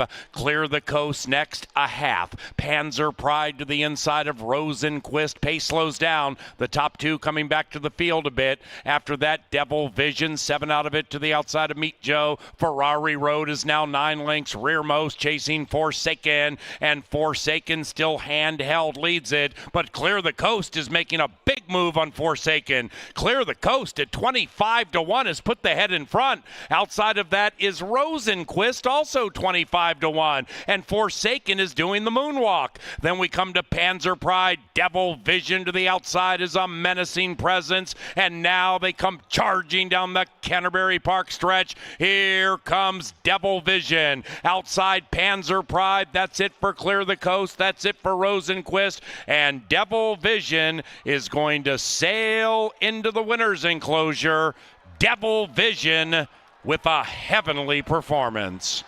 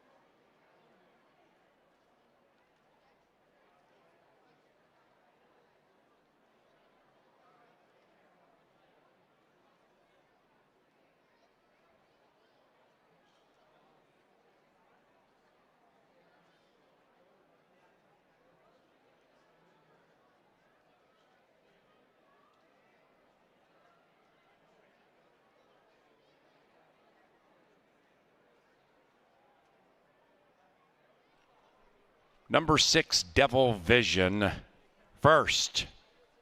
Second, 3, Clear the Coast.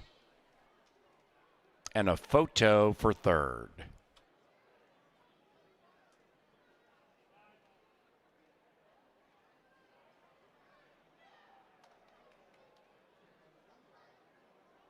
Number 2, Panzer Pride, ran third. Meet Joe fourth. So it's 6-3-2-1. And the final 5 begins with a prohibitive favorite prevailing.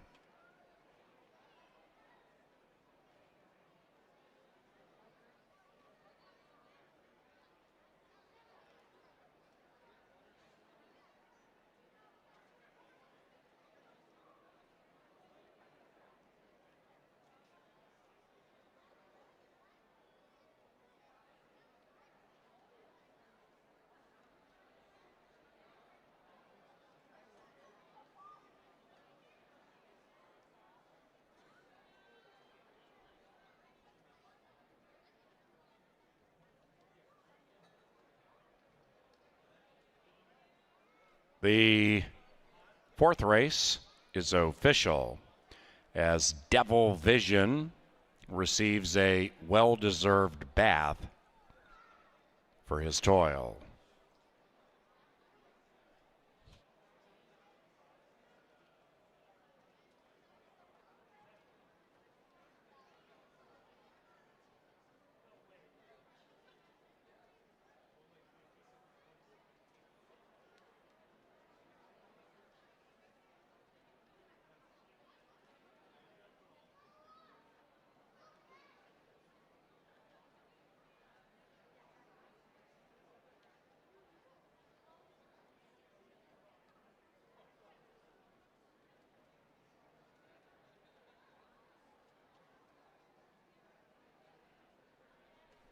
In the winner's circle, the victorious Devil Vision and Seraphin Carmona. The winning owner, John Mentz. The winning trainer, Mac Robertson. Devil Vision is a 7-year-old brown gelding by Pollard's Vision out of Friend o' the Devil. And the victorious Devil Vision was bred in Minnesota by Dr. Todd Lieber. On to the 5th. And with the 5th race, we are back to the firm turf course. No scratches, no rider changes. And the 5th at Canterbury Park is provided by Pepsi and John Deere. We also welcome those of you here with the Kiwanis Club of Northeast Minneapolis.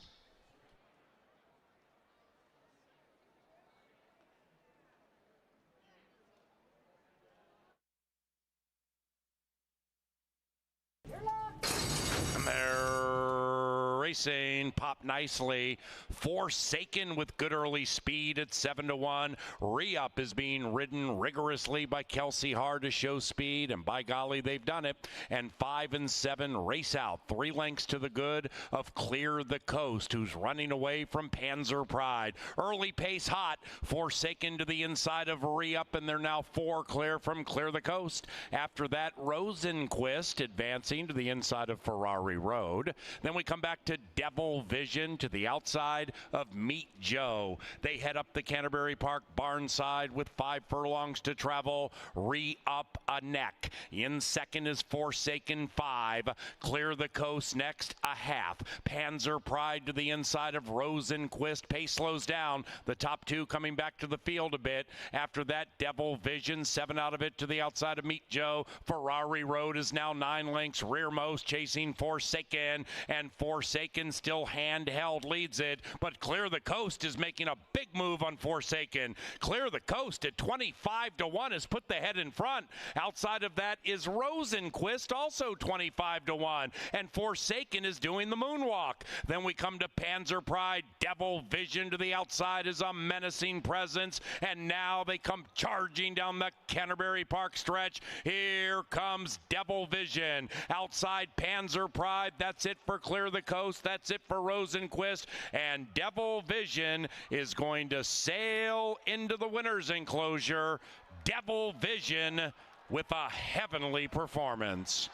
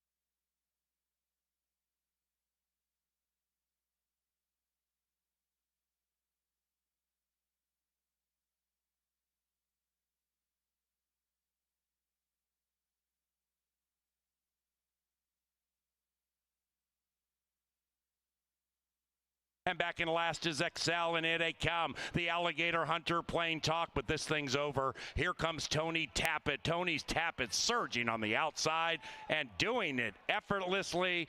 3 consecutive wins for Tony's Tappett.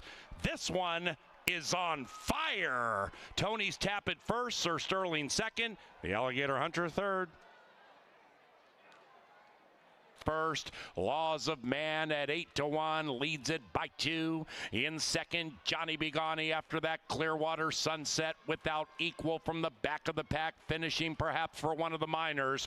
But this is Laws of Man making no mistakes today. 2 in a row for jockey Fausto da Silva, who has won 5 of the last 7. 7-1-5 in race 2. Virtually by a neck, Midnight Current extends those big, beautiful strides and is taking off to the outside. Let's Skedaddle trying to run her down with Gypsy Reward, and Virtually is fighting so bravely, but she ran into a former Horse of the Year, Midnight Current, who prevails at even money. It is a menacing presence, and now they come charging down the Canterbury Park stretch. Here comes Devil Vision. Outside Panzer Pride. That's it for Clear the Coast. That's it for Rosenquist. And Devil Vision is going to sail into the winner's enclosure. Devil Vision with a heavenly performance.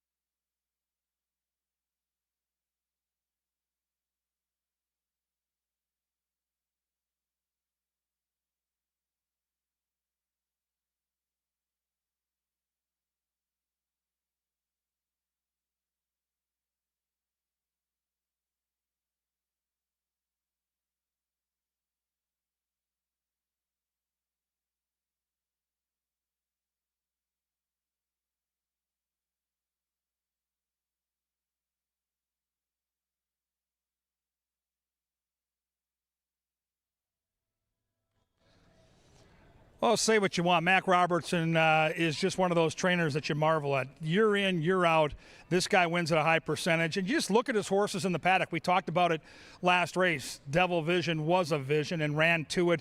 Everybody jumped on board. The horse went off at 1-5, so hard to make any money there. Different case scenario here. We rotate back to the turf, and turf racing has provided so many upsets. In fact, on one race night, we had a 50-1 win one, and then the next race, a 35-1 won a turf race. And dirt racing in North America is all about speed. Turf racing is completely different. It's all about saving ground and saving energy, and so it magnifies the responsibilities of the jockeys. And I think this is a really cool race, as you can tell by the betting, to handicap because there's no standouts. I like the one. I'm on my partner, Glenn. Love Rocket Wrench. I love the way they handle their business. Tony Rengsdorf, dear friend of mine, great trainer here, a mainstay in Shakopee. And Inside Post, if you're going to save ground, it's not any easier than this. Now, this is a closer. This is a horse that doesn't have a lot of speed. So Luis Fuentes, our top jockey, is going to have to figure out a way to stay a little closer and then not get blocked when the real running starts. But I think my partner, Glenn, who looks good in the paddock, is ready to roll here, and 3-1. Number 2 is Red's Mr. Z. Arroyo gets the call here for Lynn Rarick. Mainly on the dirt lately. One career turf start, and that was way back in May of 2023, and it didn't go well. So I'm not quite sure about the turf. Does come off a win against Maidens, but it would be a big surprise in my eyes here.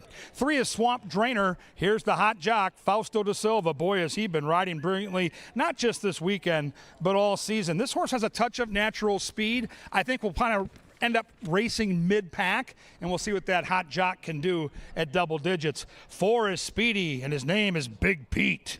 Big Pete with Kelsey Haar in the saddle. When I mentioned the 50-1 and the 35-1 that were victorious on our turf course, she rode both. Her average mutual price for a $2 win bet this year is up around $25. So if you like long shots, Kelsey Haar might be the girl for you. Tony Rengsdorf, who also trains the 1, does train this 5. Big Pete is 9-1.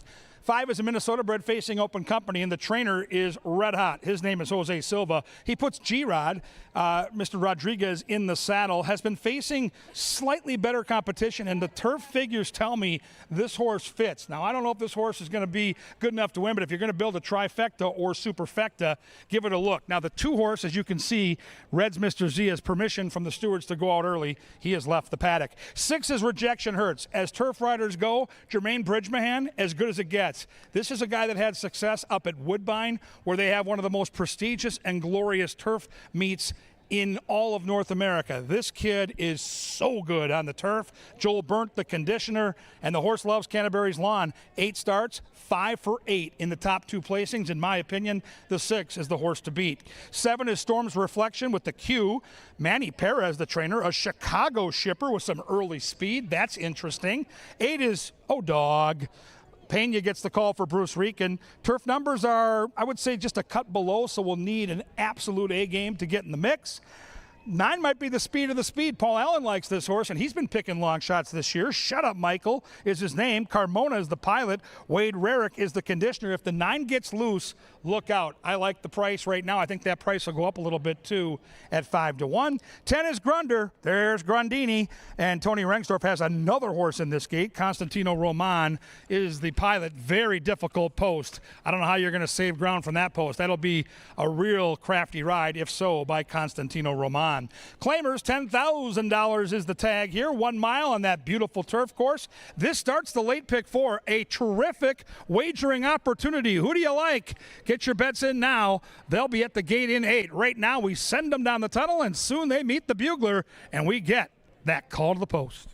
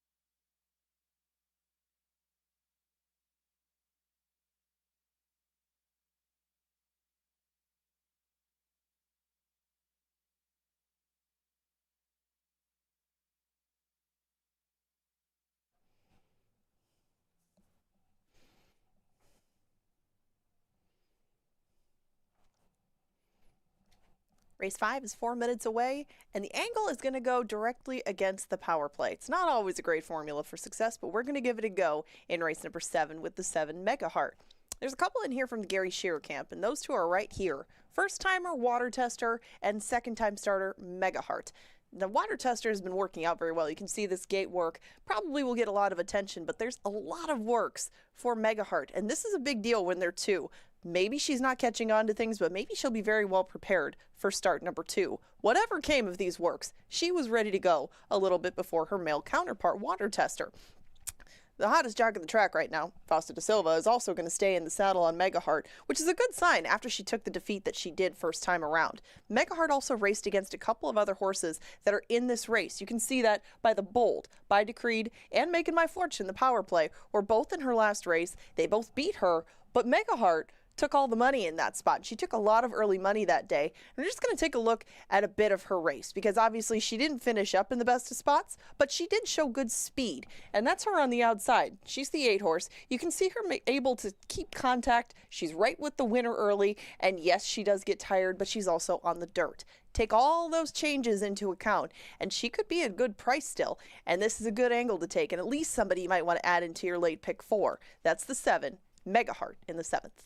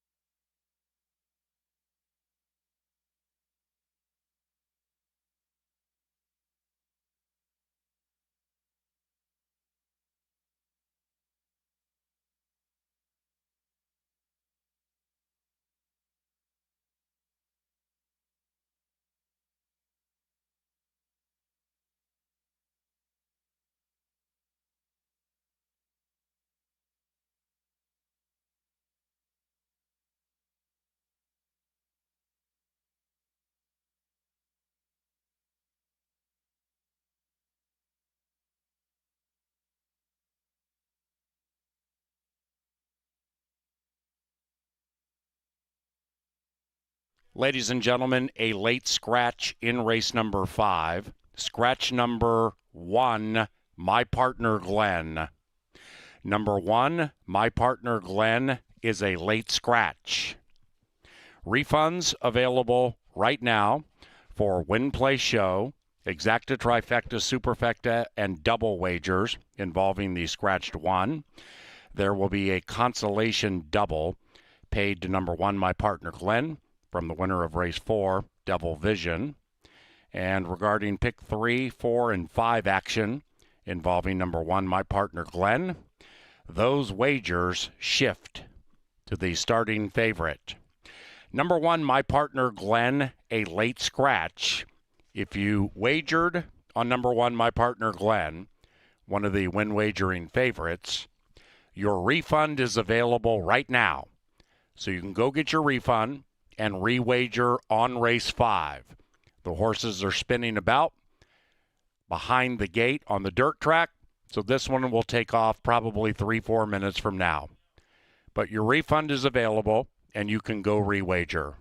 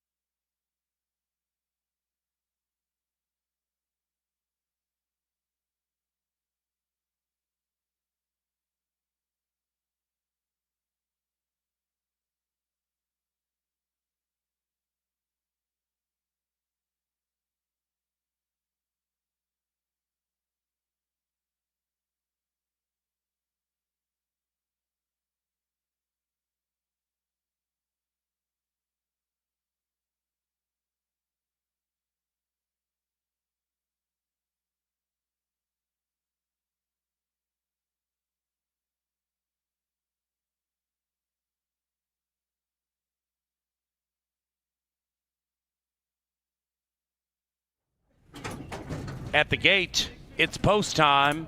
Post time for race number 5. Rejection Hurts is the 4 to 5 favorite.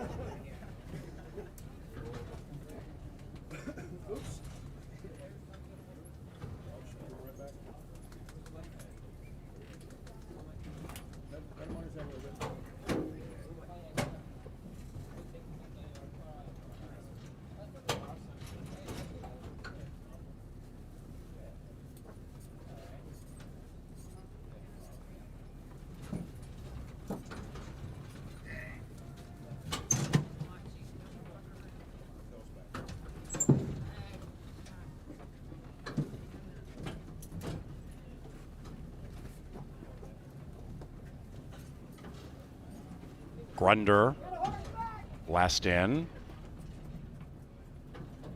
Turf time. 9 in a line. And they're racing. Oh, Dog had to pinch back to last shortly after the start. Big Pete and Shut Up Michael, those two race out to the early lead, joined by Grunder to the outside at 50 to 1. Shut Up Michael held tightly, leads it by 1. After that, Swamp Drainer, about 5 lengths from the lead, but advancing. And to the inside of Rejection Hurts. Bridgie has that one in the clear. Behind that, Cuz Vinny's a Canuck, 7 lengths out of it. And about 1.5 clear from Storm's Reflection. 2.5 behind that is a recovering Oh Dog. Then it's Red's Mr. Z, 11 lengths rearmost. They head up the Canterbury Park barn side. And Shut Up Michael, the Irish, leads it 1, maybe 1.5 Grunder. After that, Big Pete to the inside of Swamp Drainer. Then we come back to Rejection Hurts being niggled at a bit by Bridgemahan, 9 lengths out of it and at 4 to 5. And is about to be joined by O-Dog to the inside. Right behind that one, Swamp Drainer. Then it's Storm's Reflection and Red's Mr. Z still a mile out of it. Shut Up Michael. Shut Up Michael leads it by 2. And Carmona just took a peek back looking for competition. Shut Up Michael loudly by 3. Shut Up Michael from Grunder. Outside of that, Storm's Reflection finishing sweetly. Then it's Rejection Hurts. Also, Cuz Vinny's a Canuck. Shut Up Michael leads it with 150 to go. Shut Up Michael, Storm's Reflection. Here comes Cuz Vinny's a Canuck at 7 to 1. Shut Up Michael, Cuz Vinny's a Canuck. Photo! Looks like the Canuck put a dirty head on that 9.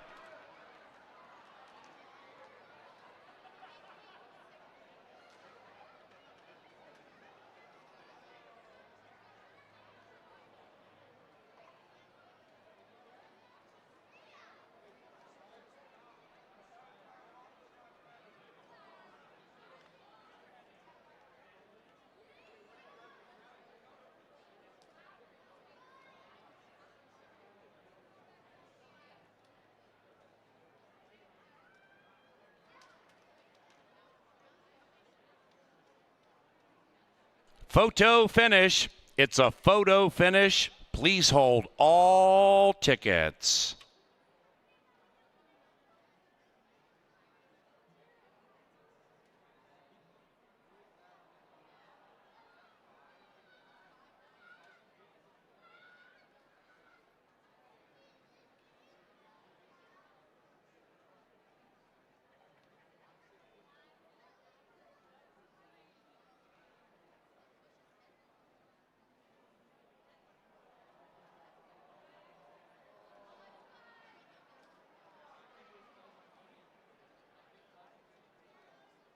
We have an answer. Result of the photo shows the winner is number 5, Cuz Vinny's a Canuck at 7 to 1. 5, 9, 7, 6. None of that is official, so please hold all tickets.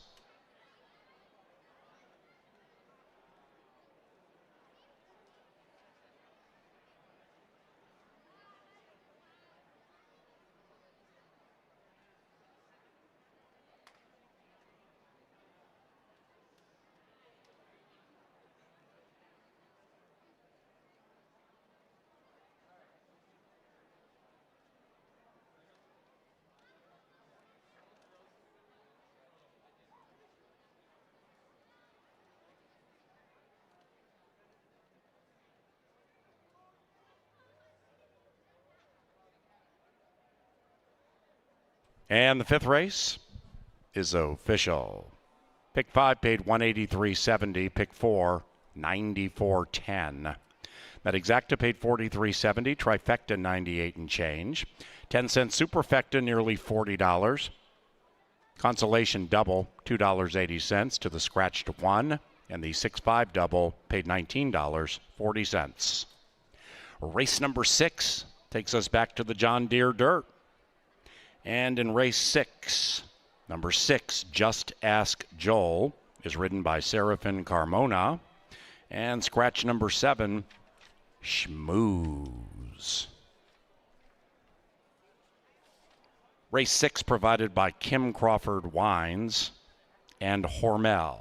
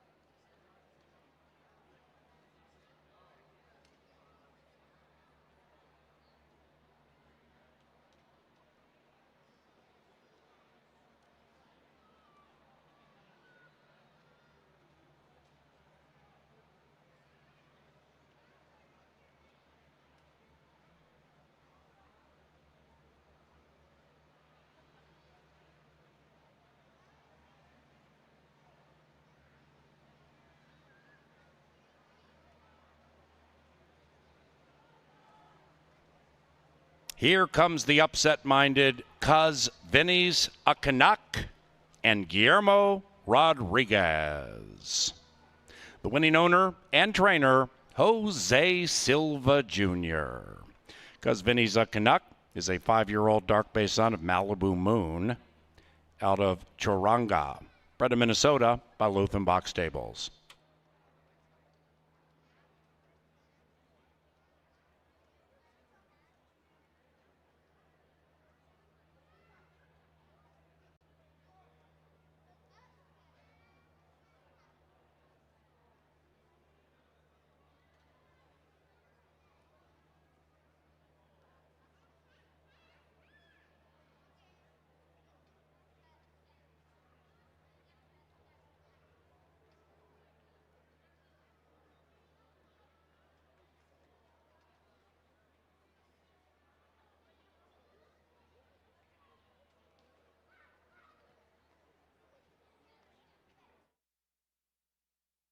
And they're racing. Oh, Dog had to pinch back to last shortly after the start. Big Pete and Shut Up Michael, those two race out to the early lead, joined by Grunder to the outside at 50-1. Shut Up Michael held tightly, leads it by 1. After that, Swamp Drainer, about 5 lengths from the lead, but advancing. And to the inside of Rejection Hurts. Bridgie has that one in the clear. Behind that, Cuz Vinny's a Canuck, 7 lengths out of it, and about 1.5 clear from Storm's Reflection. 2.5 behind that is a recovering O Dog.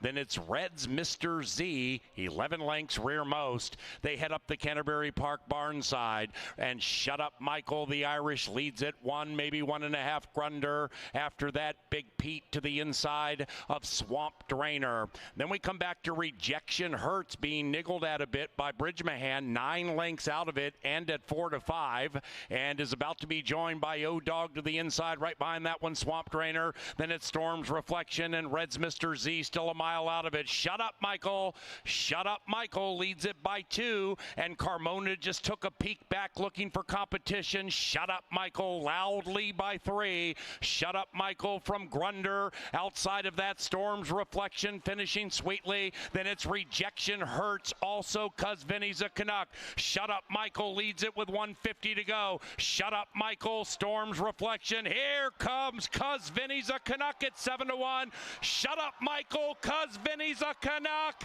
Photo! Looks like the Canuck put a dirty head on that 9.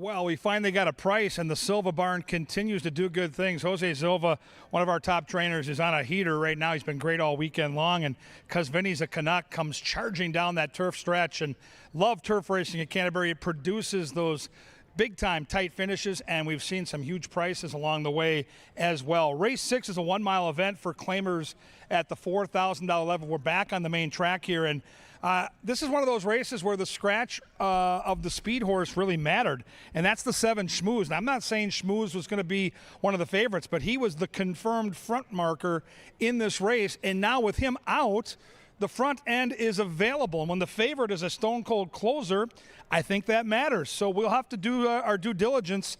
I think the 1 Brickbat may benefit from that scratch because he's got the inside post. And even though he's not a front runner, if you go back in the past performances, he does have some natural foot. We'll see if the jockey here, Mr. Pena, uses that speed. I think this horse is very dangerous at 9-1. Number 2 is Redasur. Roman gets the call for Lynn Rarick. This horse has been facing similar competition and just has kind of gone off form. If you go back to the Tampa form in the winter, this horse would be one of the favorites here. But boy, in Shakopee here this summer, it just hasn't gone the way of Redasur. Has enough back class where you have to consider the two, but we'll need a big effort here at 14-1. 3 is intriguing. This is Paul Allen's pick of Tiger Hunter. Tiger Hunter is a Minnesota bred facing Open Company, and he's ridden by G-Rod and trained by Chip Woolley. Chip got a win on yesterday's card. He's a Kentucky Derby winning trainer, and the horse is pretty consistent. 14 tries on our main track, 7 for 14 in the trifecta, so always seems to get a slice. Should be rolling in the late stages, and is 4-1. I've had a lot of luck with this 4 Past the Cat. Been razor sharp lately for Vic Hansen. Luis Valenzuela is the pilot. He's a stone-cold closer, man. He does not have a lot of natural speed, and that's the one thing that worries me. With the scratch of the 7, will there be enough pace to ensure that this horse can make up ground? Because he's normally 6, 8, 10, 12 lengths behind. Like I said, Past the Cat is sharp. He's the horse to beat, but he's going to have to really get on his horse around that far turn to make up ground. We'll see if Luis Valenzuela can time it right. I still think he's the most likely winner, but right now the best value to me is on the 1. Tomo Toto is the 5. Kelsey Haar gets the call. Was favored last time against Tiger Hunter and Past the Cat and ran a clunker. One of the oldest handicapping angles in the book is called the forgiveness angle. When a horse goes favored and doesn't run and they come back against the same group, people tend to jump off the bandwagon. Last time against this group, he was 6-5. Today, he's 4-1. 7 is Just Ask Joel. Put the bug boy on. Serafin Carmona gets the call for Nancy Sheehan. 3rd time off the layoff. A touch of stalking speed, but probably not enough speed to make the lead early, so we'll have to, again, make up ground in this race. And number 8 is Calzone. Calzone, trained by Lynn Rarick. Outside post, another horse that likes to run in the later stages. So if you look at this race and you talk about these horses, most of them have 0 early speed and some decent late kick. We'll see who gets the lead. If the 1 is clear, that's the horse that could prove to be the danger. I think Past the Cat, though, the 4 will come with his patented late kick. The intrigue is on, and we're ready for our final pick 3 of the day. Races 6, 7, and 8 are the final 3 of our weekend. Don't forget, every Sunday on Pepsi Family Day, if you've got kids here, they can run on the track, and the race is called by the Vikings radio announcer Paul Allen. It's really cool. 7 and under, 8 and over on the main track after the live racing card is over. Right now, though, we've got a pick 3 to settle, and we've got race 6 coming up and coming at you next.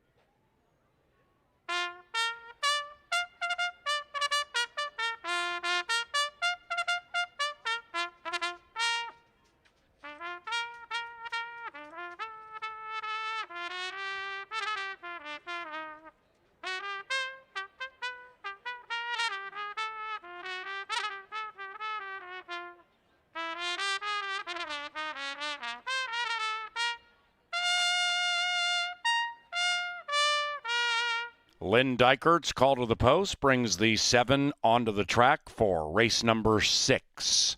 We are 6 minutes from it. And parents, don't forget, following the 8th race, we bring the kids onto the dirt track for a couple of races, about 40 yards in distance. One for kids 7 years of age and younger, the other for those 8 and older. That's about 10 minutes following race number 8.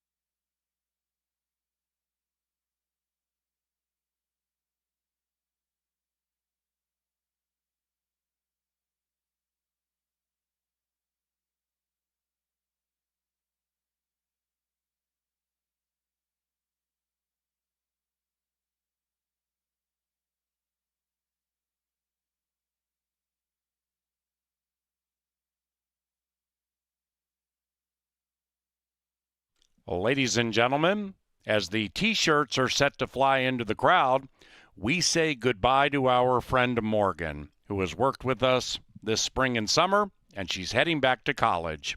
Thanks for everything, Morgan. Now, Canterbury Park, T-shirts are flying into the crowd, but please make a lot of noise.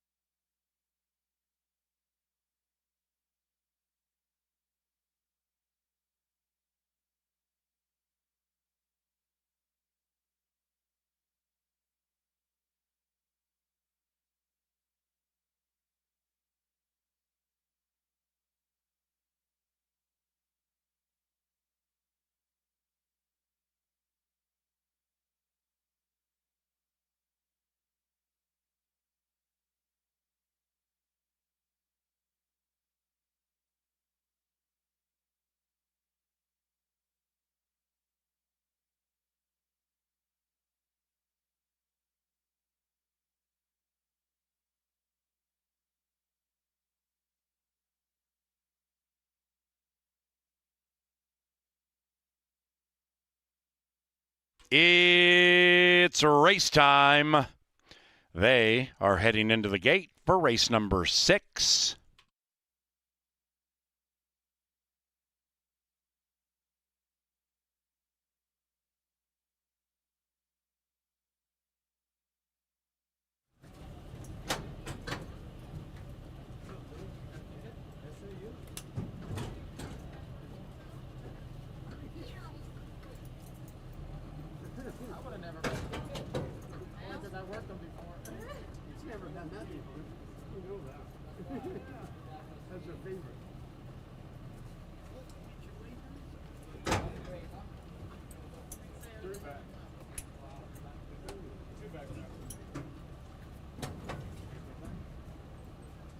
One out.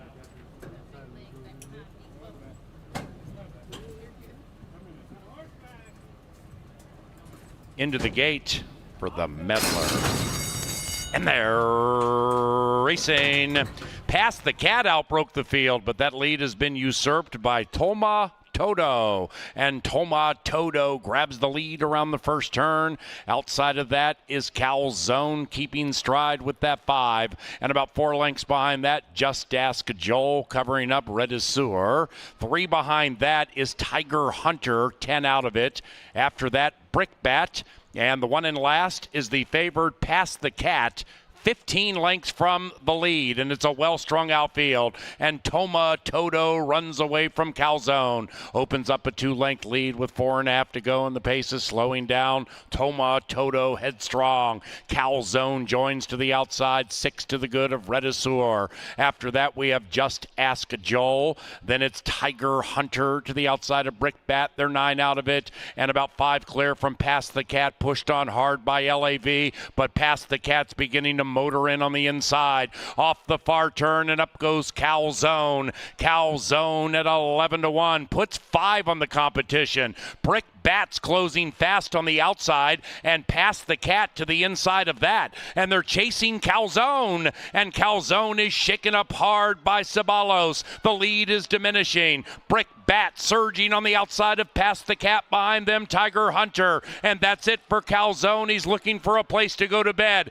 Brickbat outside of Past the Cat, 7-1 to the outside of 4-5. They come down to the line together. Past the Cat finishing the better of the two. Past the Cat purrs into the winning circle.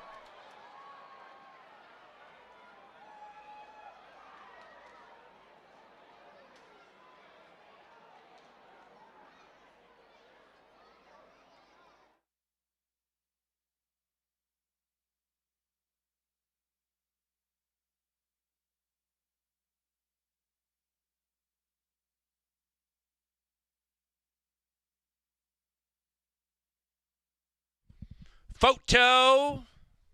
Hold them all.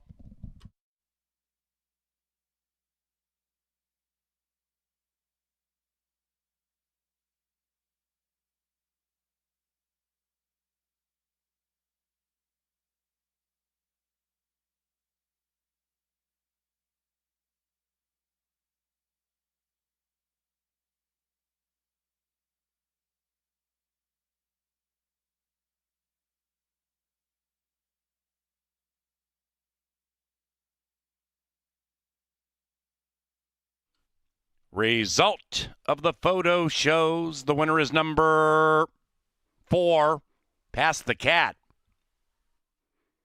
It was chalk all odds. Still unofficial.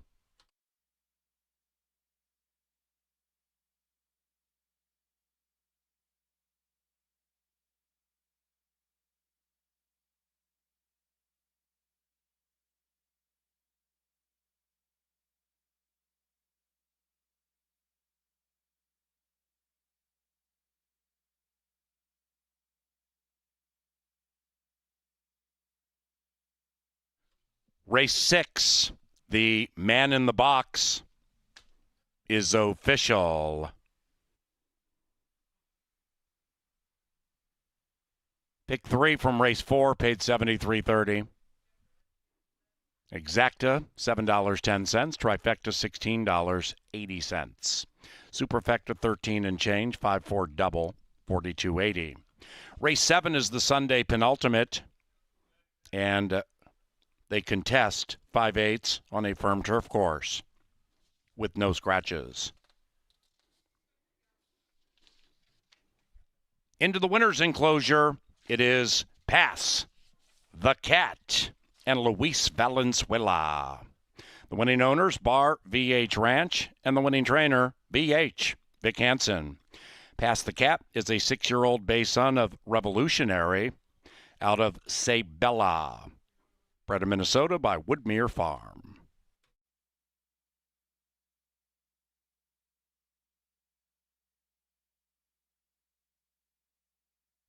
Race number 7 is provided by Quick Trip and the Minnesota Lottery.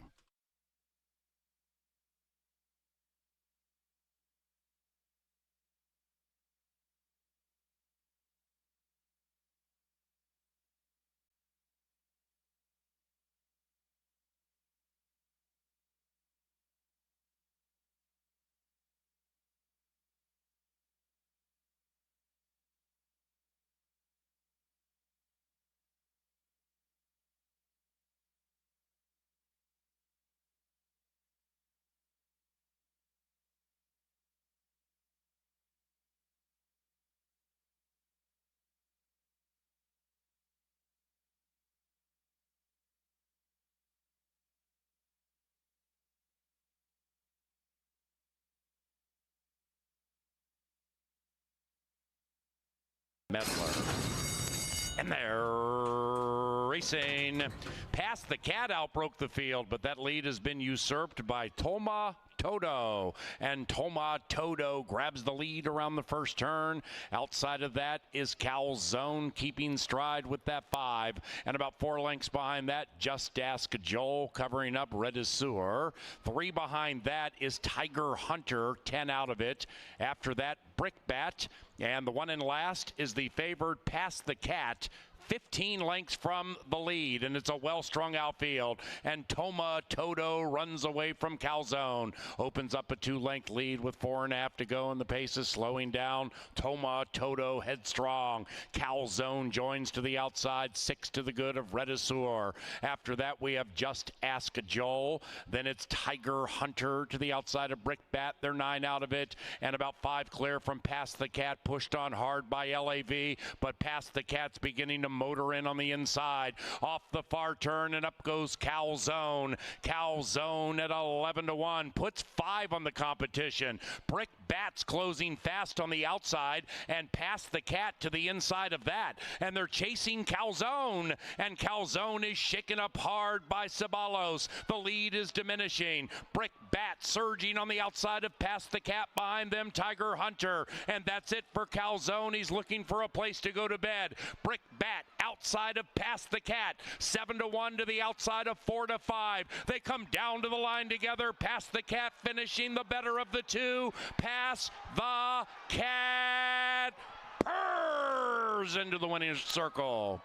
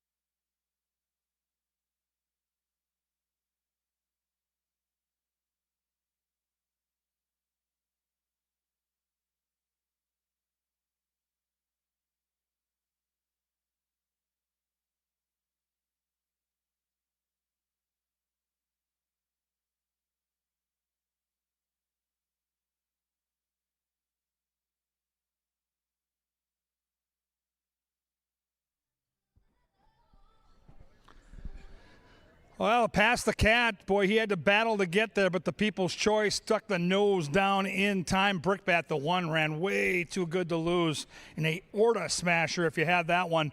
Race 7, this is a beauty. Babies, the 2-year-olds, sprinting on the turf. We've got 8 entered, 2 fillies in against the boys. That's the 6 and the 7. So girl power if you're out there. And a very difficult race to handicap because we don't have a lot of form on paper. A lot of first-time starters. Let's go through the field. We'll talk some bloodlines. We'll talk some connections. And yes, in these 2-year-old races, look at the board right now. Pay attention when you've got that program. Bring a pen with and write down where these horses open up. That's normally barn money because nobody's seen these horses race. And if the folks that take care of the horses on the backside are betting, that's usually a good sign. Early money matters in 2-year-old races. I've said that for years. I'll stand by it. Number 1 is Tap the Kid. Luis Valenzuela, the jockey, looks to go back-to-back. He rides for one of our Hall of Fame trainers, Mr. Bernie Roan, and Bernie's a great horseman. He knows how to get horses ready for an endeavor like this, and the workouts say that Tap the Kid can run. That's all the good news. The bad news is when you debut, whether it's turf or dirt in a sprint, the inside post is very unforgiving. If you get out of the gate and you're quick, you're fine. If you don't, remember in these morning workouts, these horses aren't getting a lot of race traffic in their way. They're out there just kind of winging it. So inside post is tricky. Connections are good. I like the workouts. And again, the post position is really the only cause for pause for me. Race experience also matters in 2-year-old races, and the 2-horse has 3 starts, and nobody else has more than 1. So By Decreed is absolutely a horse to consider here. Last time out on the dirt, ran an even 5th, but that was a tough field. And if you go back 2 starts, they entered a horse in a stakes race without a maiden-breaking victory. So they must have thought By Decreed has some talent. Looks good right now on the television monitor. And in the paddock, By Decreed is 8-1. 3 was your morning line favorite, set by a professional here at the track. This is Water Tester. Carmona gets the call for Gary Shearer. Good bloodlines, and how about the most recent workout? Woo-hoo-hoo! A bullet, 47-2, breezing out of the gate. The clockers were all buzzing about that one up in the press box. So you've been warned on Water Tester. This one might come to the races ready to rock and roll. Mouse has a feeling, and we all know that We Need a Favor absolutely has a chance. Great story by Paul Allen in our Touchdown Tile today at the races program with the connection to Larry Jones, long-time, big-time trainer, and a connection to Bobby Klein and Kelsey Haar. So off Paul's tout, this is a super sneaky horse. And we talked about Kelsey bringing in prices. We'll see if she can get her done here with the family connection at double digits. 5 is my top pick in the race. I'm going to go with Making My Fortune. Luis Fuentes is our top jockey. He rode this horse in his debut, and I went back and watched the replay, and this horse did not have a good trip. Broke slow, didn't like the kickback, and they go right to the turf. I think this horse is going to show more speed, and I think be much more prominent in the early stages to give him a better chance at being successful. I think that heat back on July the 14th is going to be one of those we look back at as a very profitable one when the horses come back and run. 6 is one of those fillies. Ooh, Betty Joe's aboard. Betty Joe Williams on Mo Light now for Mac Robertson. When Mac Robertson only shows 3 workouts and puts a jockey on that he hasn't used basically all season, there's a reason. You've been warned there. We saw Nick Goodwin pull this off a couple summers ago. Mac is very crafty in races like this, and I'm not going to let Mac beat me at 5-1, I can tell you that. 7's Mega Heart, the other filly, Gary Shearer, and the hot jockey, Fausto da Silva, comes out of that July 14th heat. Should show some speed and looks good down here in the walking ring. Angela Herman all over this 7 in her analysis, and I love it. 8, Perry County, a royal for Veronica Litvin. Trainer's been good. Workouts are nondescript, which doesn't bother me because the turf bloodlines are there. That Tomlinson figure of 319 sticks out like a sore thumb. Fun race to handicap. 2 fillies, 6 boys, 5 furlongs on the grass. And the bonus is we're going to be on the front side in the winner's circle with the quick trip, clip, kip. Can't wait. Good luck. Race 7, daily double here. Turf racing, the babies coming up, coming at you, and it's all next.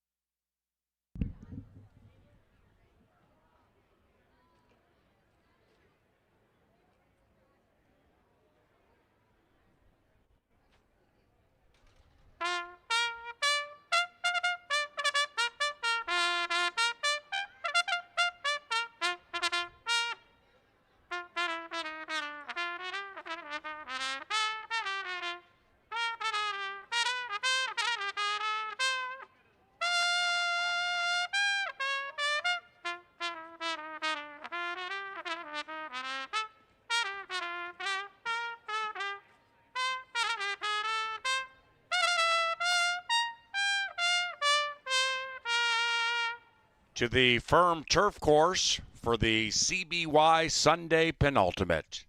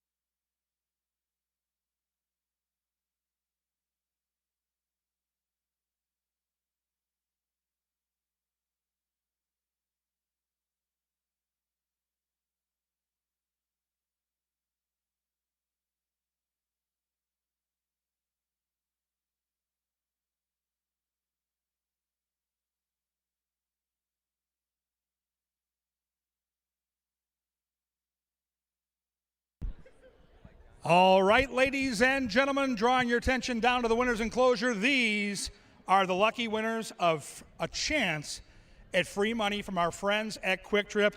I love Quick Trip, and I want you to love them too, because they are giving the winning horse with that placard $100 in Quick Trip cash. Second and third get $20. It's like free cash. Who doesn't want free cash? Name and where you're from. Allie from New Brighton. Gotta love New Brighton, home of the Mounds View Mustangs. Name and where you're from. Ruben, also from New Brighton. Nice. Back to back. We got an exacta. What do we got? Amy from Minneapolis. All right. What high school did you go to? De La Salle. Of course you did. Spoiled rotten. You don't need free money. I'm kidding. You're lovely.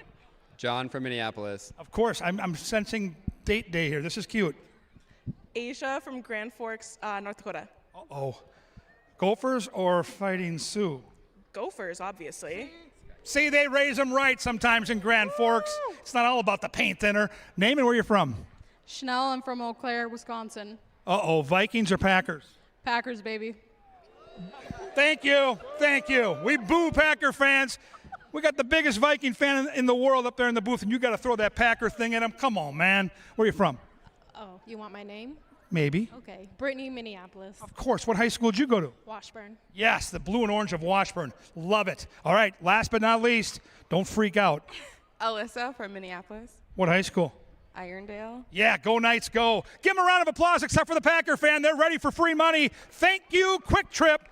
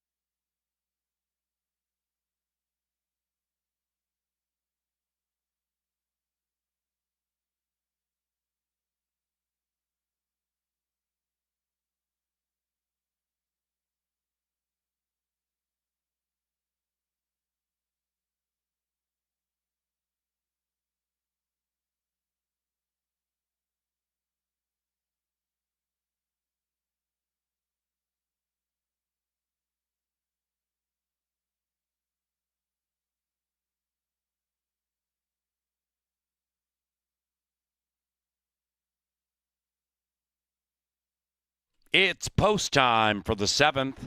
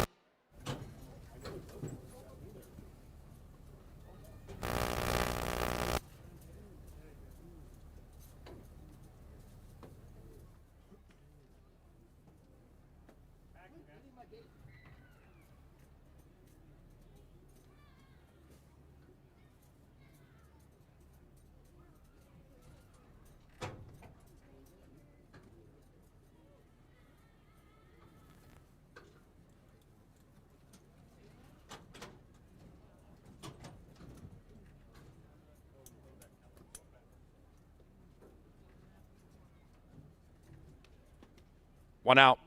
Perry County last in.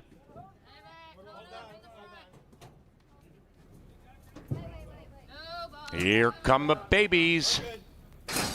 And they're racing. And from the 7 spot, Mega Heart popped out sweetly, but so did that 5, Making My Fortune. And as they sort themselves out, here comes Perry County to the outside with really good early speed. And Perry County at 22-1 grabs the lead and runs away by 2. After that, Making My Fortune to the inside of Mega Heart. And behind them is Mo Light now beginning to cruise in. That one runs by Water Tester, who's blocked, and to the inside of We Need a Favor. Behind them is By Decreed, and drifting out badly around the turn is Tap the Kid, who now settles down. They pack up as they head for home. Here comes Mo Light now. Mo Light now takes the lead. Outside of that, We Need a Favor. That's it for Perry County, and then it's Water Tester, but Mo Light now gets the spotlight in the winner's circle. Mo Light now, sweetly.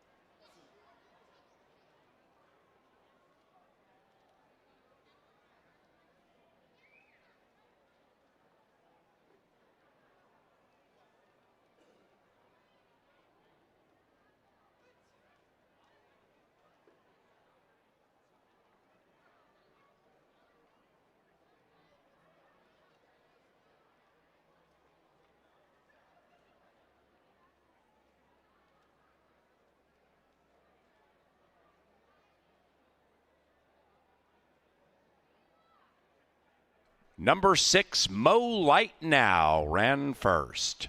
Second, 8, Perry County. Third, 5, Making My Fortune. And fourth, 4, We Need a Favor. So it's 6, 8, 5, 4 in race 7.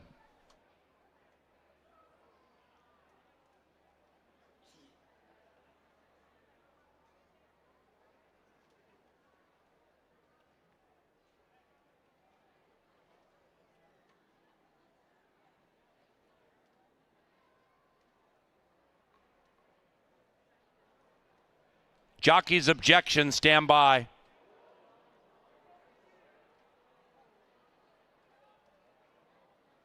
Ladies and gentlemen, the rider of number 8, Perry County, Miguel Arroyo, is claiming Betty Williams, and the victorious Mo Light now impeded them during the course of the stretch run.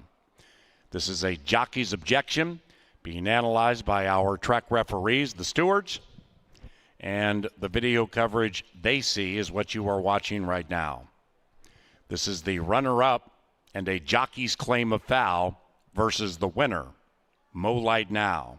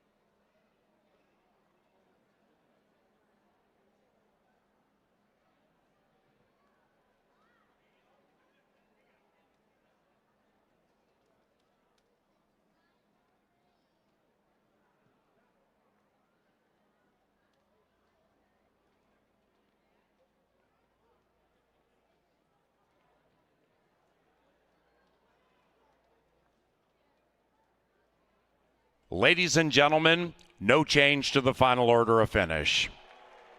Insufficient evidence to disqualify the victorious Mo Light Now. You'll see 6 and 8 here coming down the stretch. And while you see the 6 perhaps come in, the 8 also came out. And in the estimation of the stewards, the alleged infraction was not enough to disqualify number 6 from first to second, and the race is official. Into the winner's circle, Mo Light Now and Betty Williams. The winning owners, Tony and Robin Dick. And the winning trainer is our leading trainer, Mac Robertson. Exacta 111.80, trifecta paid $841. 10-cent superfecta $837. Pick 3 paid $46.90, race 8. That's our final live race this week. It's on the John Deere dirt. No scratches.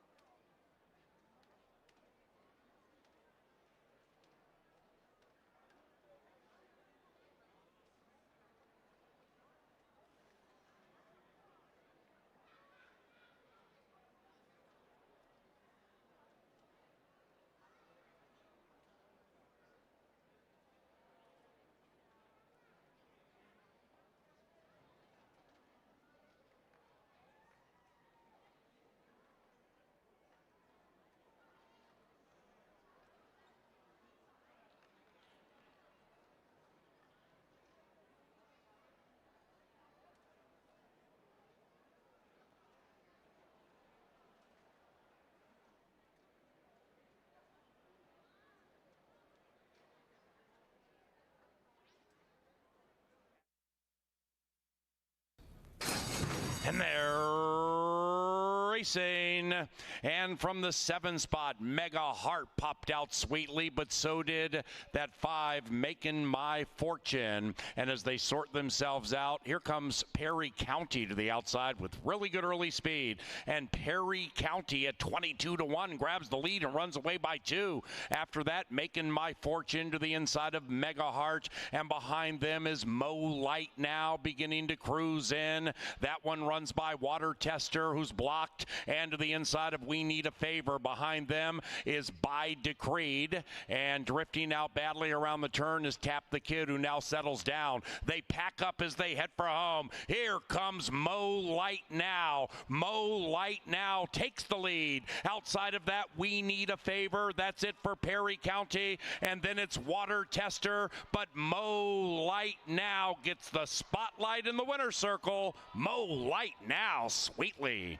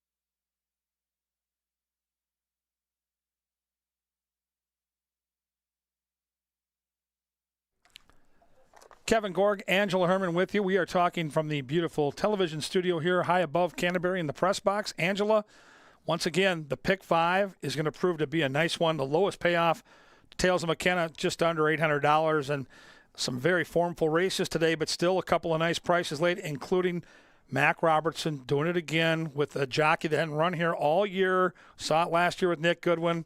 We just won't learn up here, will we? Hey, good for them. And good Yeah. for Betty Joe. Nice ride, getting clear and getting that one into the winner's circle at first asking. It's our turf. They produce prices every so often, and there you go. That adds some spice into the pick 5. And like you said, the lowest payout, still quite bountiful. And now let's go on to race number 8. We're going to close out the weekend in 12 minutes. We have a full field lined up for race number 8. They go a mile on the dirt, 5,000 claimers. The ladies lined up, well, they're not the most formful bunch, I guess you would say. Not the most consistent bunch, maybe. But who's in the right spot at the right time? We both ended up on Tales of McKenna. Make me a case for Perfect Moon, though, on the inside. She is taking money currently at 7-2. Yeah, not hard to make a case. I mean, she loves Canterbury, 5 for 6 in her career here in the top 3. She's in good form. She's stretching out. Connections we both respect immensely for Miguel Angel Silva. So, yeah, she fits. She's faced some tough competition at places like Sam Houston, Lone Star, and Fairgrounds. I think she's going to get the distance, and I think she'll be a factor when they turn for home. I want you to make me a case for number 2, Mizzen Millions, who's on the board right now, 7-1 price, taking cash. Well, yeah, Mizzen Millions showed some speed on the turf. I mean, she was asked to keep up and keep her rail position when she came up here for the first time in May, but she got into a 3-horse duel. She couldn't hang on. But the problem is that when she went to dirt, it didn't improve her. And when she went back to the turf course, she didn't show that same sort of speed. So Mizzen Millions needs to turn back the clock a little bit, and having Perfect Moon to her inside probably won't help. But you do get 8-1. And if you think that maybe Perfect Moon will take further back, that would be the case I would make. She would try to steal it. Yeah, Tales of McKenna we both like. The trouble trip last time, it doesn't really show it on paper, but that was not a clean journey, and I think with a clean trip, this horse is going to be tough to beat. Yeah, she got into a tight spot late. She got moved up via DQ because of that, and she's going to run with Merlin's Sister in here. A lot better price on Merlin's Sister than Tales of McKenna, but I think that people are saying, well, we're saying, there's not that much pace in here. A horse that can stay close like her will be in good shape. Merlin's Sister will probably be trailing the field. She nearly got them all last time. Shabam beat her home, but still Merlin's Sister made a big turnaround from that last race that she had put in, and she could put in the same sort of race and get another piece at another price. What do you think of her? Yeah, she gets in light. She's carrying almost 7 pounds less than she did last time. And you know what? Sophia Barandella, I had a chance to visit with her the next race day after that effort. And she thought she was going to win the race against Shabam in mid-stretch, the horse that was favored for Max. So I think Merlin's Sister is a horse you have to use if you're going to build a tri or super. Fat and Furious is the 5 G-Rod for Miguel Angel Silva. This is the oldest trick in the book, and you've been talking about Miguel Angel Silva with multiple horses in the race. He's done it again here. How do we handle the 5? I prefer Perfect Moon of his 2 runners. Fat and Furious has tried a couple different things. Usually she doesn't have much speed. They almost sent her to the lead 2 back when she was on the turf. That didn't work out any better. Just Fat and Furious seems to run a little bit better elsewhere than she does here. So maybe I'll wait until she hits the road and goes back to Arizona or wherever she ends up next. Pascal, Paul's pick. Speed, I'm sure. You think Kelsey Harr will just try to take it on the front end, or do you see something different for Miss Pascal? I think this is the horse that can get the lead if she wants to go there. I don't know why she wouldn't. The distance is the question. This horse has been doing an awful lot of sprinting in her 26 race career run, but 9 for 12 in the top 3 at Canterbury. Bohemian Jiggles Pena for the hottest trainer on the planet right now, Jose Silva. Yeah, the one who's done only sprinting in her 8-start career.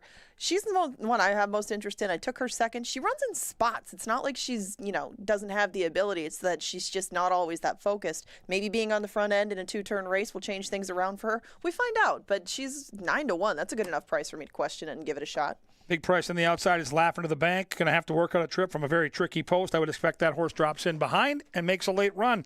Pepsi Family Day always concludes with the kids on the track. Right now, the horses are heading there. We're going to get the call to the post. We're back next Thursday at 5 o'clock. Can't wait to see you.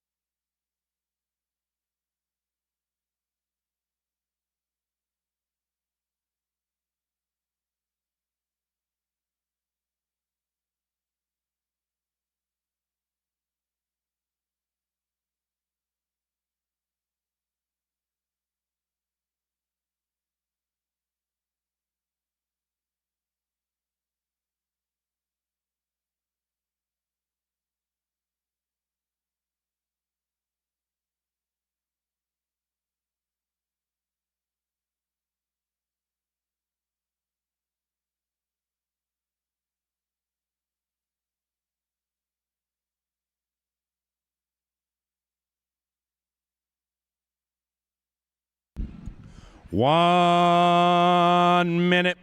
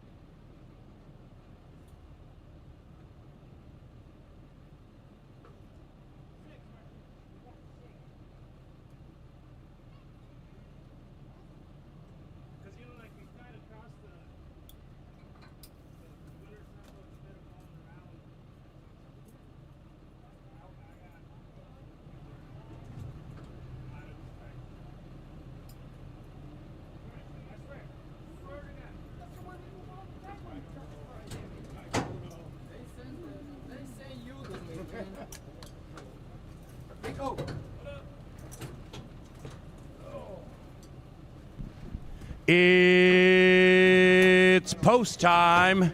Into the gate they roll for race number 8. Kids run on the racetrack about 10 minutes from now. Tales of McKenna, 2-1. Perfect Moon, 3.5-1.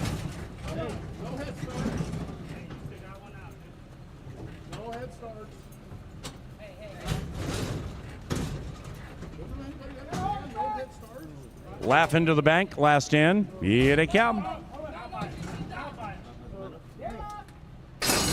And they're racing. Perfect Moon outbroke the field, now favored at 2-1. And Perfect Moon grabs the lead as they corner for the first time. Tales of McKenna, 2.5-1, right behind that one. And it's Perfect Moon slowing down on the pace, now joined by Pat's Gal. After that, Bohemian Jiggles. Bohemian Jiggles, 5 out of it to the inside of Laughin' to the Bank. And then about a length and a half behind that, Mizzen Millions. Then we come back to Merlin's Sister. That's the white horse, about 10 lengths from the lead. And that one is joined by Fat and Furious. Up the barn side they go, and we have a new leader in the shape of Pat's Gal. Pat's Gal at 7-1, pulls away by 1. Tales of McKenna on the prowl. Perfect Moon now relegated to the inside and losing ground. Bohemian Jiggles is rolling into third and to the inside of Laughin' to the Bank. After that, Mizzen Millions, Fat and Furious, and Merlin's Sister is in last and 9 lengths rearmost. Pat's Gal has company in the shape of Tales of McKenna. Tales of McKenna rolls alongside the speed. Tales of McKenna, Pat's Gal, Laughin' to the Bank at 21-1, in with a shot right behind them. Perfect Moon, 7 lengths out of it. Bohemian Jiggles needs to give more, and they're coming home now. Tales of McKenna trying to write a sweet story in the 8th. Tales of McKenna and the leading man have taken the lead and run away by 5, and Tales of McKenna is gone. Tales of McKenna from Laughin' to the Bank. Tight photo for the show.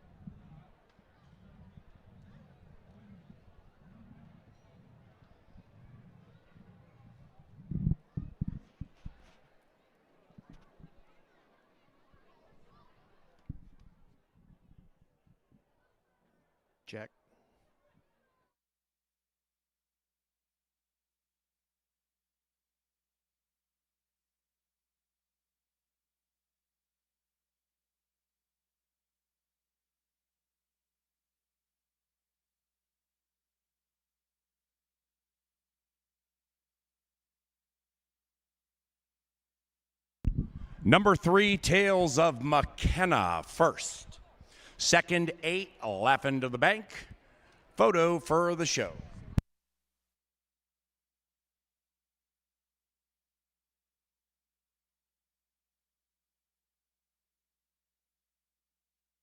Number 2, Mizzen Millions ran third. Merlin Sister 4, 3-8 Exacta, 3-8-2 Trifecta, 3-8-2-4 Superfecta.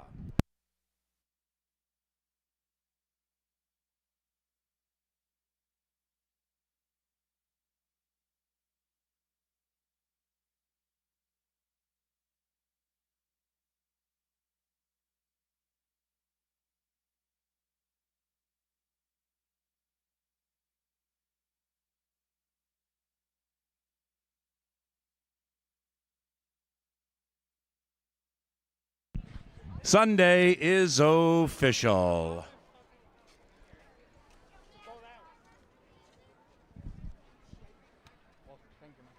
God bless your kids.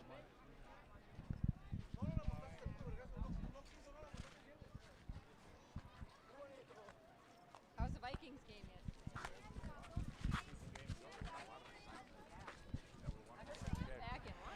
Final pick 4 paid $234.70. And the second pick 5, $775.40. Into the winner's circle, Tales of McKenna and Luis Fuentes. The winning owner, Amy Rosa, and the winning trainer, Bardhone. All right, we're going to clear the track, get everything squared away, and then we're going to bring the kids out for a couple of 40-yard dashes.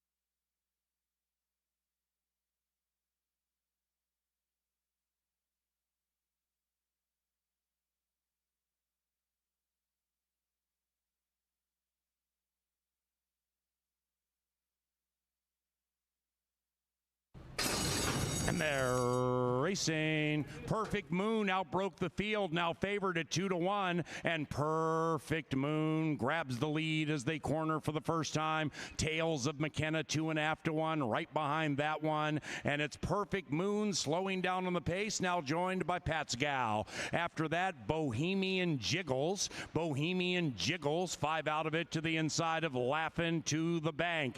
And then about a length and a half behind that, Mizzen Millions. Then we come back to Merlin's Sister. That's the white horse, about 10 lengths from the lead.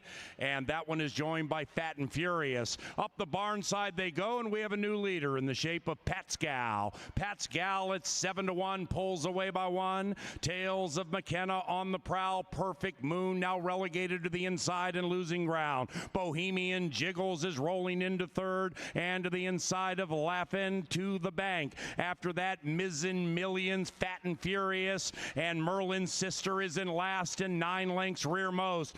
Pat's Gal has company in the shape of Tales of McKenna. Tales of McKenna rolls alongside the speed. Tales of McKenna, Pat's Gal, Laughing to the Bank at 21-1, in with a shot right behind them. Perfect Moon 7 lengths out of it. Bohemian Jiggles needs to give more, and they're coming home now. Tales of McKenna trying to write a sweet story in the 8th. Tales of McKenna and the leading man have taken the lead and run away by 5, and Tales of McKenna is gone.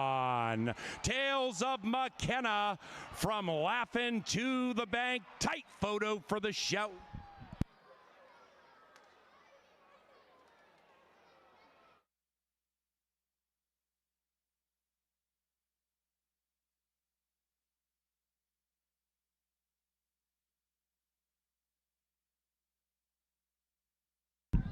Here they come, kids 7 years of age and younger. Come on in, head out to the dirt track, and get ready to run down to the finish line and back. 7 years of age and younger. Head all the way to the inside, kiddos. All the way to the inside, Fields kids.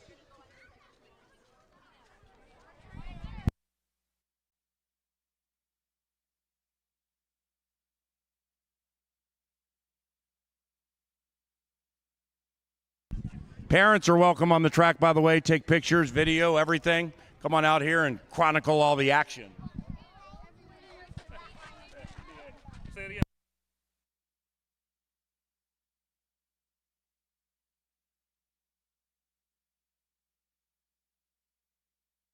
All the way to the inside, kids. Give yourselves plenty of room. The next race is for kids 8 years of age and older. And we do this each and every Sunday, and we ain't got many Sundays left. So stop by CBY whenever you can. Better get these kids out there. Gate's about to close.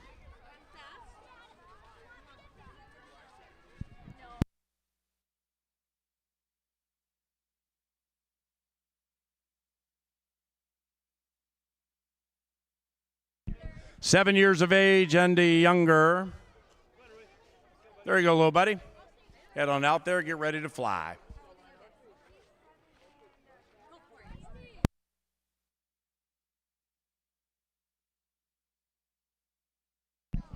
All right, gates closed. You're going to run down to the finish line and back. Ready, go! Here come the boys and girls with giant strides. And my man in the blue shorts, he hits the finish line first. The girl in the lavender top, she's flying. So is the kid with the black shirt, but the kid in the blue shorts wins. Billy, Johnny, Christy, Susie, well done, everybody.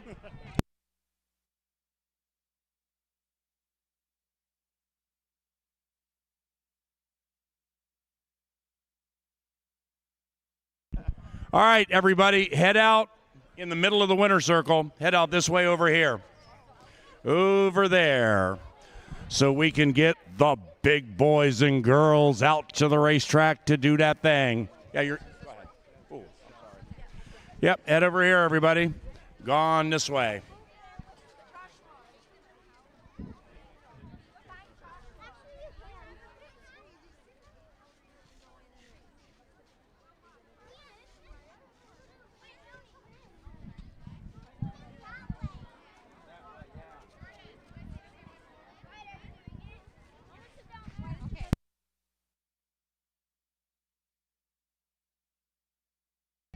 Here come the big boys and girls, 8 years of age and older.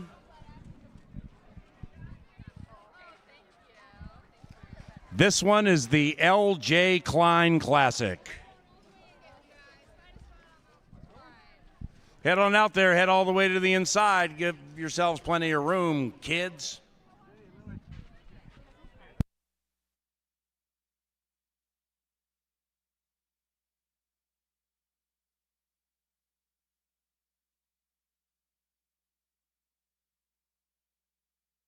Hey, the gate's closed. We about ready. Ready?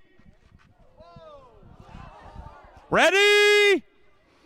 Go! Big boys and girls flying down the track, and they're all surging. Stop, take a look and listen, turn around. Kid with the light blue shorts, the girl with the red sleeves wins. Nice job. Fantastic. Fast filly. God bless everybody. Thanks for coming to Canterbury. Have a good week.